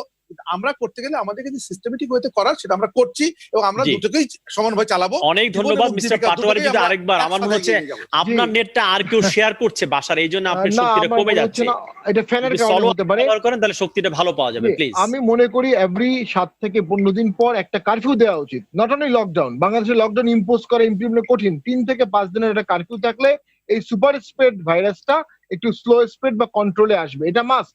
দ্বিতীয় হচ্ছে যে ম্যাটেরিয়াল গুলো দিয়ে দেয়া। ফোর্থ হচ্ছে অবশ্যই জনগণকে টাকা দিতে হবে, ক্যাশ টাকা। 1 কোটি থেকে 2 কোটি পরিবারকে যদি মান্থলি ইনসেনটিভ দেওয়া হয়, তাহলে আমরা যে কোনো মেজার ইকোনমিক ভাবে আমরা কন্ট্রোল করতে পারবো। জনগণের টাকাটা জনগণের কাছে যাবে। We give money to the classes. আমাদের এই টাকাটা এখন ম্যাস পিপলকে দিতে হবে। ম্যাস পিপলের কাছে যখন টাকাটা যাবে, তখন অর্থনীতির টাকাটা সচল থাকবে। এবং অবশ্যই হেলথের সামনে বাজেট বাড়াতে হবে, এর কোনো বিকল্প নেই। আমি জানি না বাজেটে কি হবে, এটা একটা অগণতান্ত্রিক ব্যবস্থা। বাজেট হবে আর 5 দিন পরে কোনো এমপি এখন পর্যন্ত জানে না আসলে বাজেটে কি হচ্ছে। তো আমাদের আসলে এটা তো মানে সংসদের জন্য একটা খুব অবমাননাকর বিষয়। কোনো বাজেট প্রি ডিসকাশন নাই, কোনো ইন্ডিকেশন নাই, নাথিং। তো কিছু সিক্রেসি থাকবে, কিন্তু বাকি পার্টটা তো আপনাকে ওপেন করতে হবে। তো অ্যাজ ইফ এটা বাজেটে দেওয়া হবে, পাস করা হবে, এটা জাস্ট একটা র্যাটিফিকেশন প্রসেস, সেটা হওয়া উচিত না। ডিসকাশন থাকতে হবে। অমর্ত্য সেন ক্যাটাগরিক্যালি বলেছে যে এই ধরনের প্যান্ডেমিক সিচুয়েশনে মোর ডিসকাশন করতে হবে। সরকার ডিসকাশন থেকে তথ্য নেবে, সাংবাদিকদের কাছ থেকে তথ্য নেবে, বিরোধী দলের কাছে তথ্য নেবে, দেন সরকার সঠিক সিদ্ধান্ত নিতে পারবে। কারণ সরকার যদি শুধু তার পরিবেষ্টিত মন্ডল থেকে তথ্য নেয়, এই তথ্যটা হবে সবকিছু ঠিক আছে, কোনো সমস্যা নেই, কিন্তু আসলে সমস্যা আছে। সমস্যা না থাকার কোনো কারণ নেই। আজকে মিলাদ ভাই যে সমালোচনামূলক কিছু কথা বললেন, সবাই এটা বলছেন না। সবাই এটা যদি বলতেন সরকারের পক্ষ থেকে, তাহলে মাননীয় প্রধানমন্ত্রী আমার দৃঢ় বিশ্বাস আরো ভালো পদক্ষেপ নিতে পারতেন, আরো ভালো হ্যান্ডেল করতে পারতেন। ওনার সেই সদিচ্ছা আছে, সেই ক্যাপাসিটি আছে। কিন্তু একটা আমলাতান্ত্রিক পরিবেশের মধ্যে একটা অনেকটা সবকিছু বিলকুল ঠিক হয়ে কোনো সমস্যা নেই পরিবেশের মধ্যে থাকলে আসলে এত বড় সমস্যা কমব্যাট করা কঠিন হয়ে যায়। তো আমার মনে হয় ডিসকাশনটা খুব দ্রুত দরকার, সেটা ভার্চুয়াল হতে পারে। এখানে একটু বলি, সংসদ ভার্চুয়াল চলতে সাংবিধানিক যদি কোনো সমস্যা হয়, মহামান্য রাষ্ট্রপতি অর্ডিন্যান্স জারি করে 1 মিনিটের মধ্যে সংবিধান অ্যামেন্ডমেন্ট করতে পারেন টেম্পোরারি বেসিসে, সেই সুযোগও কিন্তু আছে। অনেক ধন্যবাদ। আমরা যাব ব্যারিস্টার রুমিন ফারহান, যদি একটু বলা হচ্ছে আমাদের বাজেট আসলে একটা গতানুগতিক বাজেট হয়, আমলারা সব ঠিক করে দেয়, ঠিক আলোচনা ডিসকাশন সেগুলো খুব বেশি সংযোজন বিয়োজন হয় না। এরকম একটা আমলাতান্ত্রিক কাঠামো থেকে বেরিয়ে একটা ক্রিয়েটিভ বাজেট, একটা নতুন সৃষ্টিশীল বাজেট করা সম্ভব কিনা। যে কারণে আজকে আপনার 4 জন এমপি আছেন, বলা হচ্ছে এখনো পর্যন্ত আপনাদেরকে দেয়া হয়নি, কি নিয়ে কথা হবে, কতগুলো বিষয় থাকবে। খুবই 4 জন এমপি আজকে আমাদের প্রোগ্রামে আছেন। খুবই আনফরচুনেট। আমরা শুধু দেখলাম যে এডিপি, আমাদের যে অ্যানুয়াল ডেভেলপমেন্ট যে সেটা অনুমোদন হয়েছে, সেটাতে কতটুকু কোন খাতে বেড়েছে বা কতটুকু বরাদ্দ দেওয়া হয়েছে সেটুকু আমরা 20 মে পত্রিকার মারফতে জানতে পেরেছি। কিন্তু এর বাইরে আর কি অবস্থা, কোন খাতে কত বরাদ্দ যাবে বা কি ঠিক হচ্ছে, তার কোনো ব্যাপারে আমাদের কারো কাছে কোনো ধারণা নেই। হট বাজেট দেওয়া হবে, তার 2 দিন পরে সম্পূরক বাজেট পাস হয়ে যাবে। এই 2 দিনের মধ্যে আমাদের দ্রুত প্রিপারেশন নিয়ে সেটার মধ্যে আলোচনা করতে হবে। কিন্তু সেই আলোচনা বা সমালোচনা যেটাই আমরা করি না কেন, নতুন কোন সংযোজন বা বিয়োজন যেটাই আনার প্রস্তাব করি না কেন, আনফরচুনেটলি সেটা কণ্ঠভোটে নাকচ হয়ে যাবে। এবং পরবর্তীতে যখন বাজেটের মূল বাজেটের উপরে আমরা বক্তব্য দেব, সেটা আমরা বক্তব্য দিতেই পারি, সেটা রেকর্ডও থাকবে পার্লামেন্টে, কিন্তু ওই পর্যন্তই। সেটাকে কোনোদিন আজ পর্যন্ত আমরা দেখি নাই যে সরকারের তরফে একটা যেটা আমি বলছি কনস্ট্রাকটিভ ক্রিটিসিজম, সেটাকে গ্রহণ করে সেই আলোকে বাজেটে একটা সংশোধন আনা বা কোনো পরিবর্তন আনা, পরিমার্জন আনা, সংযোজন করা কিংবা বিয়োজন করা, সেটা কিন্তু আমরা দেখি নাই। এবং আনফরচুনেটলি এখন সংসদটি এত বেশি একদলীয় হয়ে গেছে, এত বেশি কন্ট্রোলড হয়ে গেছে যে এই সংসদে দাঁড়িয়ে আমরা যাই বলি না কেন সেটা মুহূর্তের মধ্যে কণ্ঠভোটে নাকচ হয়ে যায়। একটা কথা এসছে যে যখন প্রয়োজন হয় তখন ইউএস এর তুলনা আনি, যখন প্রয়োজন হয় না তখন ইউএস এর তুলনা আমরা আনি না। আমি একটু বিনীতভাবে বলি যে প্রথমেই কিন্তু হু বলেছিল পরীক্ষা পরীক্ষা পরীক্ষা, টেস্ট টেস্ট এন্ড টেস্ট। সেই টেস্টের অবস্থা বাংলাদেশে 18 কোটি মানুষের দেশে যখন 9,000 থেকে 11,000 টেস্ট হয়, 12,000 টেস্ট হয়, তখন সেটা শতাংশে গিয়ে দাঁড়ালে 0.13% গিয়ে দাঁড়ায়। আর যখন উন্নত বিশ্বের দিকে আমরা তাকাই তখন দেখা যায় 5 থেকে 6-7% তাদের টেস্ট হচ্ছে প্রতিদিন, এবং টেস্টের সংখ্যা প্রতিদিন তাদের বাড়ছে। তো এইরকম অবস্থা যখন পরীক্ষাই হচ্ছে না, তখন রোগী কতজন কোভিড আক্রান্ত আর কতজন কোভিড না সেটা তো জানবার আর কোনো উপায়ই থাকছে না। আর সেখানে যারা লক্ষণহীন কোভিড রোগী তাদের কথা তো আমরা বাদই দিলাম, যে কারণে আইডিসিআর এর উপদেষ্টা বলছেন যে যত রোগী শনাক্ত হচ্ছে বাংলাদেশে রোগীর সংখ্যা তার 40 গুণ বেশি। এখন এই যে এই 40 গুণ রোগী তারা কিভাবে রোগটাকে স্প্রেড করছেন, কারণ এটা এত বিভৎস একটা অসুখ যে একজন থেকে 500 জনে ছড়ায় যেতে পারে। তো সেরকম একটা অসুখ, সেরকম একটা প্যান্ডেমিক, সেরকম একটা সংক্রামক ব্যাধি কিভাবে ছড়াচ্ছে বাংলাদেশে সেটা খুব সহজেই বোঝা যায়। আর আমরা আক্রান্ত এবং শনাক্তের যে হারটা সেটা যখন 12% ছিল তখনও কিন্তু আমরা দেখলাম যে সরকার ছুটি ঘোষণা করেছে। 17% গেল, যখন 22 থেকে 23% হলো পরীক্ষা এবং আক্রান্তের শতাংশের হিসাব 23%, তখন দেখলাম যে সবই খুলে দেয়া হচ্ছে জীবিকার নামে। তো এটা তো জীবিকাকে প্রাধান্য দিয়ে বা প্রবৃদ্ধিকে প্রাধান্য দিয়ে, যেটা আজকে আমাদের মহাসচিব বলেছেন যে প্রবৃদ্ধিকে প্রাধান্য দিতে গিয়ে, অর্থনীতিকে প্রাধান্য দিতে গিয়ে জীবনকে একটা স্টেকের মধ্যে ফেলা হচ্ছে। অথচ জীবন এবং জীবিকার কৃত্রিম সংকট তৈরি না করে দুটোকে কিন্তু ব্যালেন্স করা যেত। আমাদের যে হতদরিদ্র পরিবারগুলো আছে তাদেরকে খাদ্য সহায়তা দেবার সাথে সাথে যদি নগদ সহায়তা অব্যাহত থাকতো, এবং 2500 টাকা খুবই কম, একটা 4 সদস্যের পরিবারে ন্যূনতম 6000 টাকা শুধু খাওয়ার জন্যই খরচ হয় পার মান্থ, ন্যূনতম একেবারে মিনিমাম বেসিক। তো সেটা যদি সরকার ব্যবস্থা করতে পারতো তাহলে কিন্তু আজকে জীবন আর জীবিকাকে এইভাবে মুখোমুখি দাঁড় করাতে হয় না। আমি ছোট্ট একটা পরিসংখ্যান দিয়ে শেষ করি। প্রথম 60 দিনে বাংলাদেশে আক্রান্ত হয়েছে 11,719 জন, যেখানে আমেরিকায় আক্রান্ত হয়েছে 9,415 জন। 60 দিনে বাংলাদেশে মৃত্যুবরণ করেছে 186 জন, আর আমেরিকায় করেছে 150 জন। আমরা কিন্তু তাদের চেয়ে পিছিয়েই আছি, সর্বক্ষেত্রেই পিছিয়ে আছি। সুতরাং তুলনা করলেও যে আমরা খুব ভালো চিত্র পাবো তা নয়। আমেরিকার লোক সংখ্যার সাথে আপনি যদি বাংলাদেশের লোক সংখ্যা তুলনা করেন, আমেরিকার পরীক্ষার সঙ্গে যদি বাংলাদেশের পরীক্ষা ব্যবস্থা তুলনা করেন, আমেরিকার চিকিৎসার সঙ্গে যদি বাংলাদেশের চিকিৎসা ব্যবস্থা তুলনা করেন, তাহলে আর চার্টার প্লেন কেন ভাড়া করে সেটার উত্তর খুঁজতে খুব বেশি দূর যেতে হবে না। কেন এই অবস্থায় চার্টার প্লেন হায়ার করে? অনেক ধন্যবাদ ডক্টর মিল্লাত। আপনারা দেখেন যে আমাদের দেশে স্বাস্থ্য ব্যবস্থার সক্ষমতা সবাইকে একটু বুঝতে হবে। সমালোচনা করি যাই করি না কেন, আমাদের স্বাস্থ্য ব্যবস্থা শুধু যে এই 10টি বছর আওয়ামী লীগ চালিয়েছে তা তো নয়। এর আগে ডক্টর রুমিন ফারহানা কিংবা জাহিদ ভাই যে দলটি করেন তারাও কিন্তু অনেক বছর স্বাস্থ্য মন্ত্রণালয় চালিয়েছেন, এবং তাদের সময় কিন্তু ওই পিসিআর মেশিনের সংখ্যা 1টি বা তার কম ছিল। আমরা WHO বলেছে ডেফিনেটলি টেস্ট এন্ড টেস্ট, কিন্তু সেটা নিজের সক্ষমতা বুঝে। আমাদের যদি টেস্ট করার যন্ত্রটি না থাকে তাহলে আমরা কিভাবে টেস্টটি করব? তারপরেও 90 দিনের কম সময়ে 50 গুণ 1 থেকে 50-এ চলে গেছে, সেটা বাড়ানো হয়েছে। এটা শুধু বাংলাদেশের পক্ষে সম্ভব, কারণ একটা শক্ত নেতৃত্ব থাকার কারণে। আপনি একটা কথা আমরা বারবার বলছি, জীবন এবং জীবিকা। সত্যিকার অর্থে আমরা জানি না আপনারা লাস্ট, আমি আবারও প্রশ্নটা করতে পারি যে লাস্ট কবে এলাকায় গেছেন? আমরা যে এই যে লকডাউনও দেয়নি, শাটডাউন, সাধারণ ছুটি ঘোষণা করা হয়েছিল। আপনি যদি কোনো গ্রামে যান দেখবেন গ্রামের মহিলারা, আমি এইখানে দাঁড়িয়ে বলতে পারি 95 থেকে 99 মহিলার কোনো মাস্ক নেই। তাদের সামনে গেলে তারা শাড়িটা উঠিয়ে মুখটা ঢেকে নেয়, চলে গেলে মুখটা শেষ করে পড়ে। সোশ্যাল ডিস্টেন্সিং কি ব্যাপার তাদের কোনো ধারণা আছে বলে, অনেকেরই ধারণা নাই বলে আমার দৃঢ় বিশ্বাস। হ্যান্ড ওয়াশিং সম্বন্ধে তাদের একই অবস্থা। আমাদের এই যে 33-34টা TV channel, news paper, social media, তারা কিন্তু দিন রাত কাজ করে যাচ্ছে মানুষের অ্যাওয়ারনেস ক্রিয়েট করার জন্য। আমরা কি করতে পেরেছি?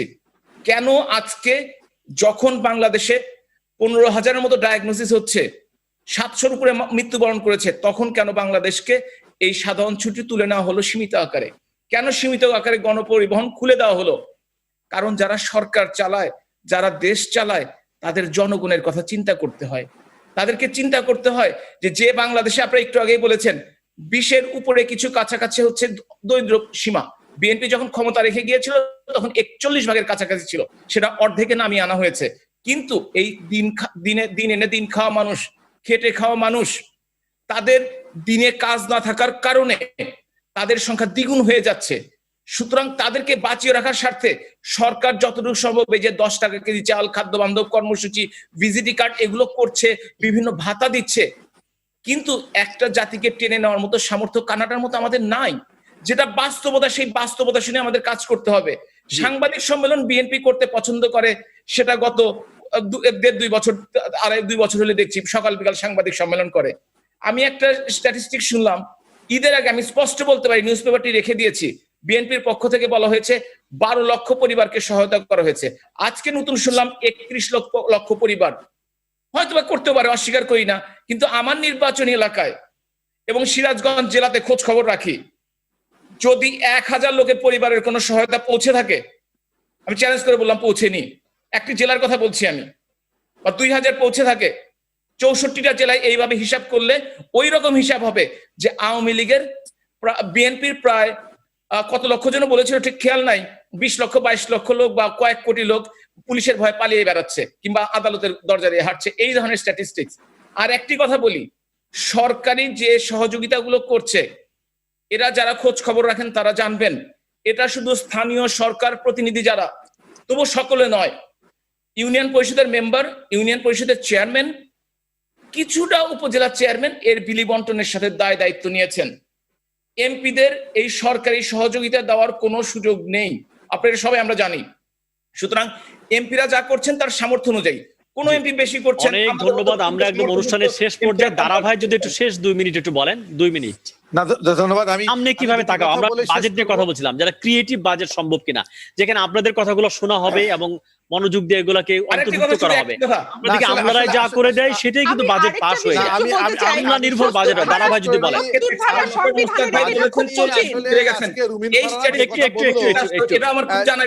একজন করে যদি বলে, একজন করে, ওয়ান আফটার ওয়ান। এই স্ট্যাটিস্টিক্স আপনি কই থেকে আনলেন? One by one please. আমি একটা কথা বলছি, আমি শেষ করে ফেলি। এই যে আপনি বললেন যে 40 গুণ, যে কয়েকজন ডায়াগনোসিসে তার 40 গুণ আক্রান্ত। আমাদের একজন public health specialist doctor Mushtaq ভাই বলেছেন, আমি পত্রিকায় দেখেছি, কালকে সকালে ঘুম থেকে উঠে আমার প্রথম কাজটি হবে কোন রিসার্চ করে তিনি এই কথাটি বললেন, এইটা আমার জানার দরকার আছে। যেটা অনেক ডক্টর মুস্তাককে ফোন দেন, আমরা নেক্সট অনুষ্ঠানে আপনার থেকে ব্যাখ্যাটা শুনবো যে কার ভিত্তিতে ডক্টর মুস্তাক এটা দিয়েছেন। আচ্ছা, আমি যতদিন পর্যন্ত সংবিধানের 70 ধারা বহাল থাকবে, ততদিন পর্যন্ত আমাদের পক্ষে ক্রিয়েটিভ বাজেট বলেন বা সরকারের আনা কোনো বিলের সমালোচনা বলেন, সেটাকে গ্রহণ করবার যে মানে মানসিকতা, সেটা আনা সম্ভব নয়। কারণ সরকার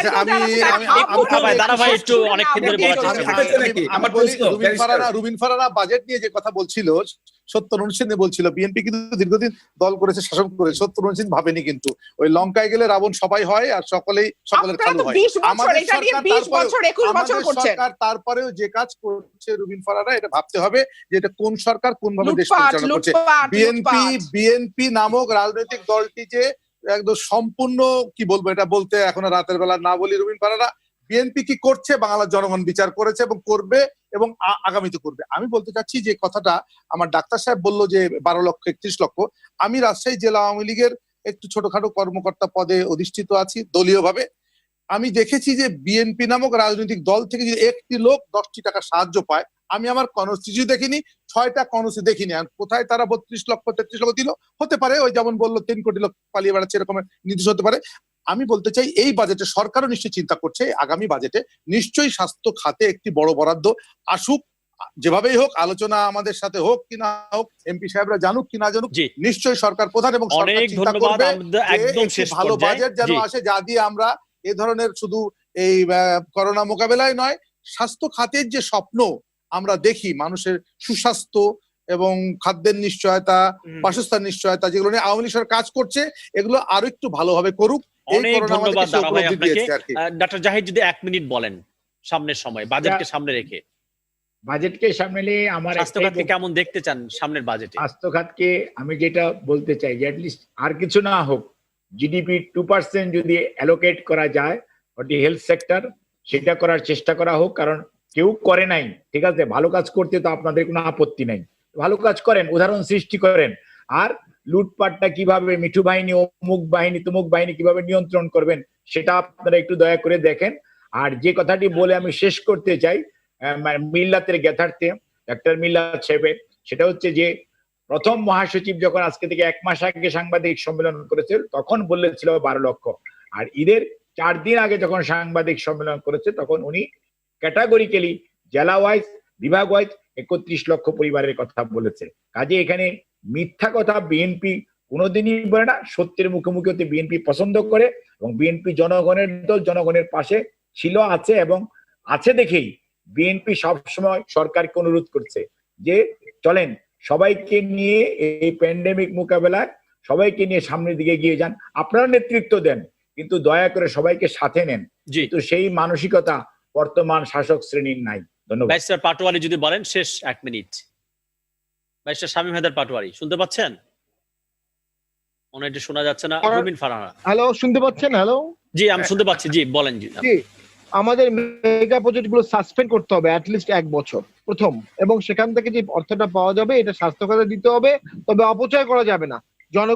জনবল নিয়োগ এবং এই অক্সিজেন মাস্ক। মেগা প্রজেক্ট মানে কি? পদ্মা সেতু বন্ধ করতে হবে? আমি ঠিক পদ্মা সেতু মেট্রো রেল বন্ধ করতে হবে? কি বন্ধ করতে হবে? আমার মনে হয় সবগুলো মেগা প্রজেক্ট যদি 6 মাসের জন্য সাসপেন্ড করা উচিত, এবং ওই অর্থটা ডাইভার্ট করে আমাদের স্বাস্থ্যে নেওয়া বড় তো লোকজন বলছিল যে এইরকম করোনার মধ্যে পদ্মা সেতুর কাজ এগিয়ে গেছে, অনেকে কিন্তু ওয়েলকামও করেছে দেখলাম। না ঠিক আছে, আপনি আমাকে কথা ট্র্যাপে আনতে চাচ্ছেন। না ট্র্যাপে না, জাস্ট বলার জন্য বলছি মেগা প্রজেক্ট মানে কি, আপনি যে বলছেন সব বন্ধ করবে কেন? আমি বলছি আপনাকে, এগুলো করতে গেলে সরকারকে যে কোনো শর্তে বৈদেশিক লোন নিতে হবে, এবং শর্তগুলো এই পরিস্থিতিতে হ্রাস হবে, এবং চায়না ছাড়া অন্য কোনো দেশ এই মুহূর্তে লোন দিতে পারবে না। এটা আমাদের বিভিন্নমুখী সমস্যার সৃষ্টি করতে পারে। তো আমি মনে করি মেগা প্রজেক্ট 6 মাস পরে হলেও কোনো প্রবলেম নেই। জনগণের স্বাস্থ্য সেবাটা অনেক। জি ব্যারিস্টার রুমিন আমি ফারহানা, শুধু একটা কথা যুক্ত করতে চাই, দুর্নীতি যদি রোধ করতে না পারে, নিয়ন্ত্রণ করতে না পারে, স্বাস্থ্য খাতে যদি সমন্বয় না আনতে পারে, এবং সর্বোপরি জীবন ও জীবিকার মধ্যে একটা ভারসাম্য যদি আনতে না পারে, তাহলে কোনোভাবেই এই মহামারী নিয়ন্ত্রণ করা সম্ভব নয়। বাংলাদেশে প্রতি বর্গ মাইলে 3000 লোক বাস করে, যেখানে উন্নত বিশ্বে বাস করে 47 জন বা 10 জন, সেখানে বাংলাদেশে 3000 লোক বাস করে। এই যে ঘনবসতিপূর্ণ দেশ, এই দেশের মানুষকে সচেতন করা, এই দেশের মানুষকে এই রোগটা সম্পর্কে একেবারে ভালোভাবে অবহিত করা, আমাদের ভয়াবহতা বোঝানো, এবং কিভাবে রোগ থেকে আপাতত নিজেকে কিছুটা নিরাপদ রাখা যায় সেই ব্যাপারে সচেতন করা, সেই জায়গাগুলোতে যদি সরকার মনোযোগী না হয় এই অল্প কয়েকদিনের মধ্যে, তাহলে কিন্তু পরিস্থিতি একেবারেই ভেঙে যাওয়ার মতন অবস্থা হবে, এবং আমাদের স্বাস্থ্য খাত অলরেডি ভেঙে পড়েছে, এবং এর পরে অবস্থা কি দাঁড়াবে জানি না। আমাদের আরেকটা বিষয় একটু মনে রাখতে হবে যে অসুখটি কিন্তু চট করে বিদেশে পালিয়ে যাওয়ার মতন অসুখ নয়, যে একটু আমাদের কানে ব্যথা, নাকে ব্যথা, চোখে ব্যথা হলো আর আমরা বিদেশে চলে গেলাম। এটা কিন্তু সেই সুযোগ দেবে না। অনেক বড় বড় মন্ত্রী, এমপি এবং অনেক বড় বড় পদস্থ কর্মকর্তাদের আমরা দেখছি সিএমএইচ মৃত্যুর সঙ্গে লড়ছেন, বা খুব খারাপ অবস্থায় আছেন, অনেকে হয়তো ন্যাম ভবনে আছেন, আইসোলেশনে আছেন, কোয়ারেন্টাইনে আছেন। সুতরাং এই মুহূর্ত থেকে যদি আমরা সাবধান না হই, অসুখ কিন্তু কাউকেই ছাড়বে না। অনেক ধন্যবাদ। শেষ 1 মিনিট ডক্টর মিল্লাত, আপনাকে দিয়ে শেষ করতে চাই। আমি একমত, দুর্নীতি বন্ধ করতে হবে এবং প্রপার ব্যবস্থা করতে হবে, যেগুলো সঠিকভাবে ব্যবহার হয়, সেই কাজটি করে যাচ্ছে। না হলে বিএনপি ক্ষমতা ছাড়াই বছরে 5 বার পর 5 বছর দুর্নীতিতে চ্যাম্পিয়ন হয়েছিল। আওয়ামী লীগের কপালে সেটা কিন্তু সেই দুর্নামটি এখন পর্যন্ত জোটেনি।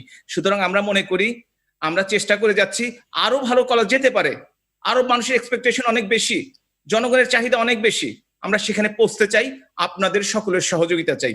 সমালোচনা ছেড়ে, সমালোচনা করুন, আপত্তির কিছু নেই, 2-1টা ভালো কাজ যেগুলো করা হয়েছে আওয়ামী লীগের সময় সেগুলো একটু প্রশংসা করুন, দেখবেন আপনাদের সাথে নিয়ে আমরা কাজ করব। আর সারাদিনই যদি ওই ভাঙা রেকর্ড বাজাতে থাকেন আর সাংবাদিক সম্মেলন করে কথা বলতে থাকেন, তাহলে কিন্তু সম্পর্কের উন্নয়ন করা সত্যিকার অর্থেই কঠিন হবে। ধন্যবাদ।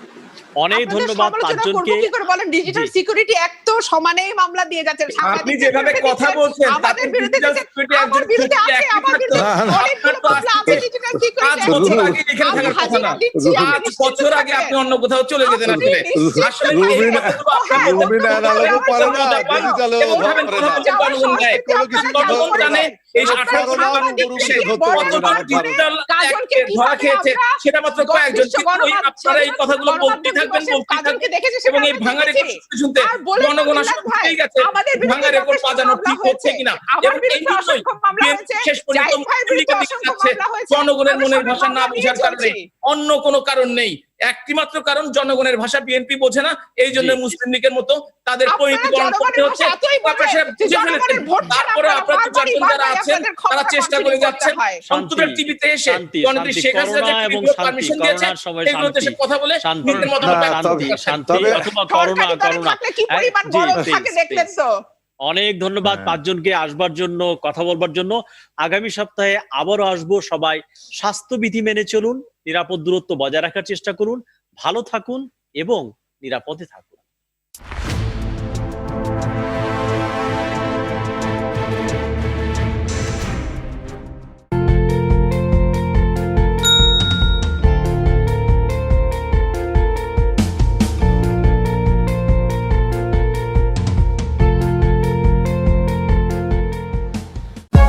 For more updates, subscribe and press the bell icon on YouTube app and never miss another update.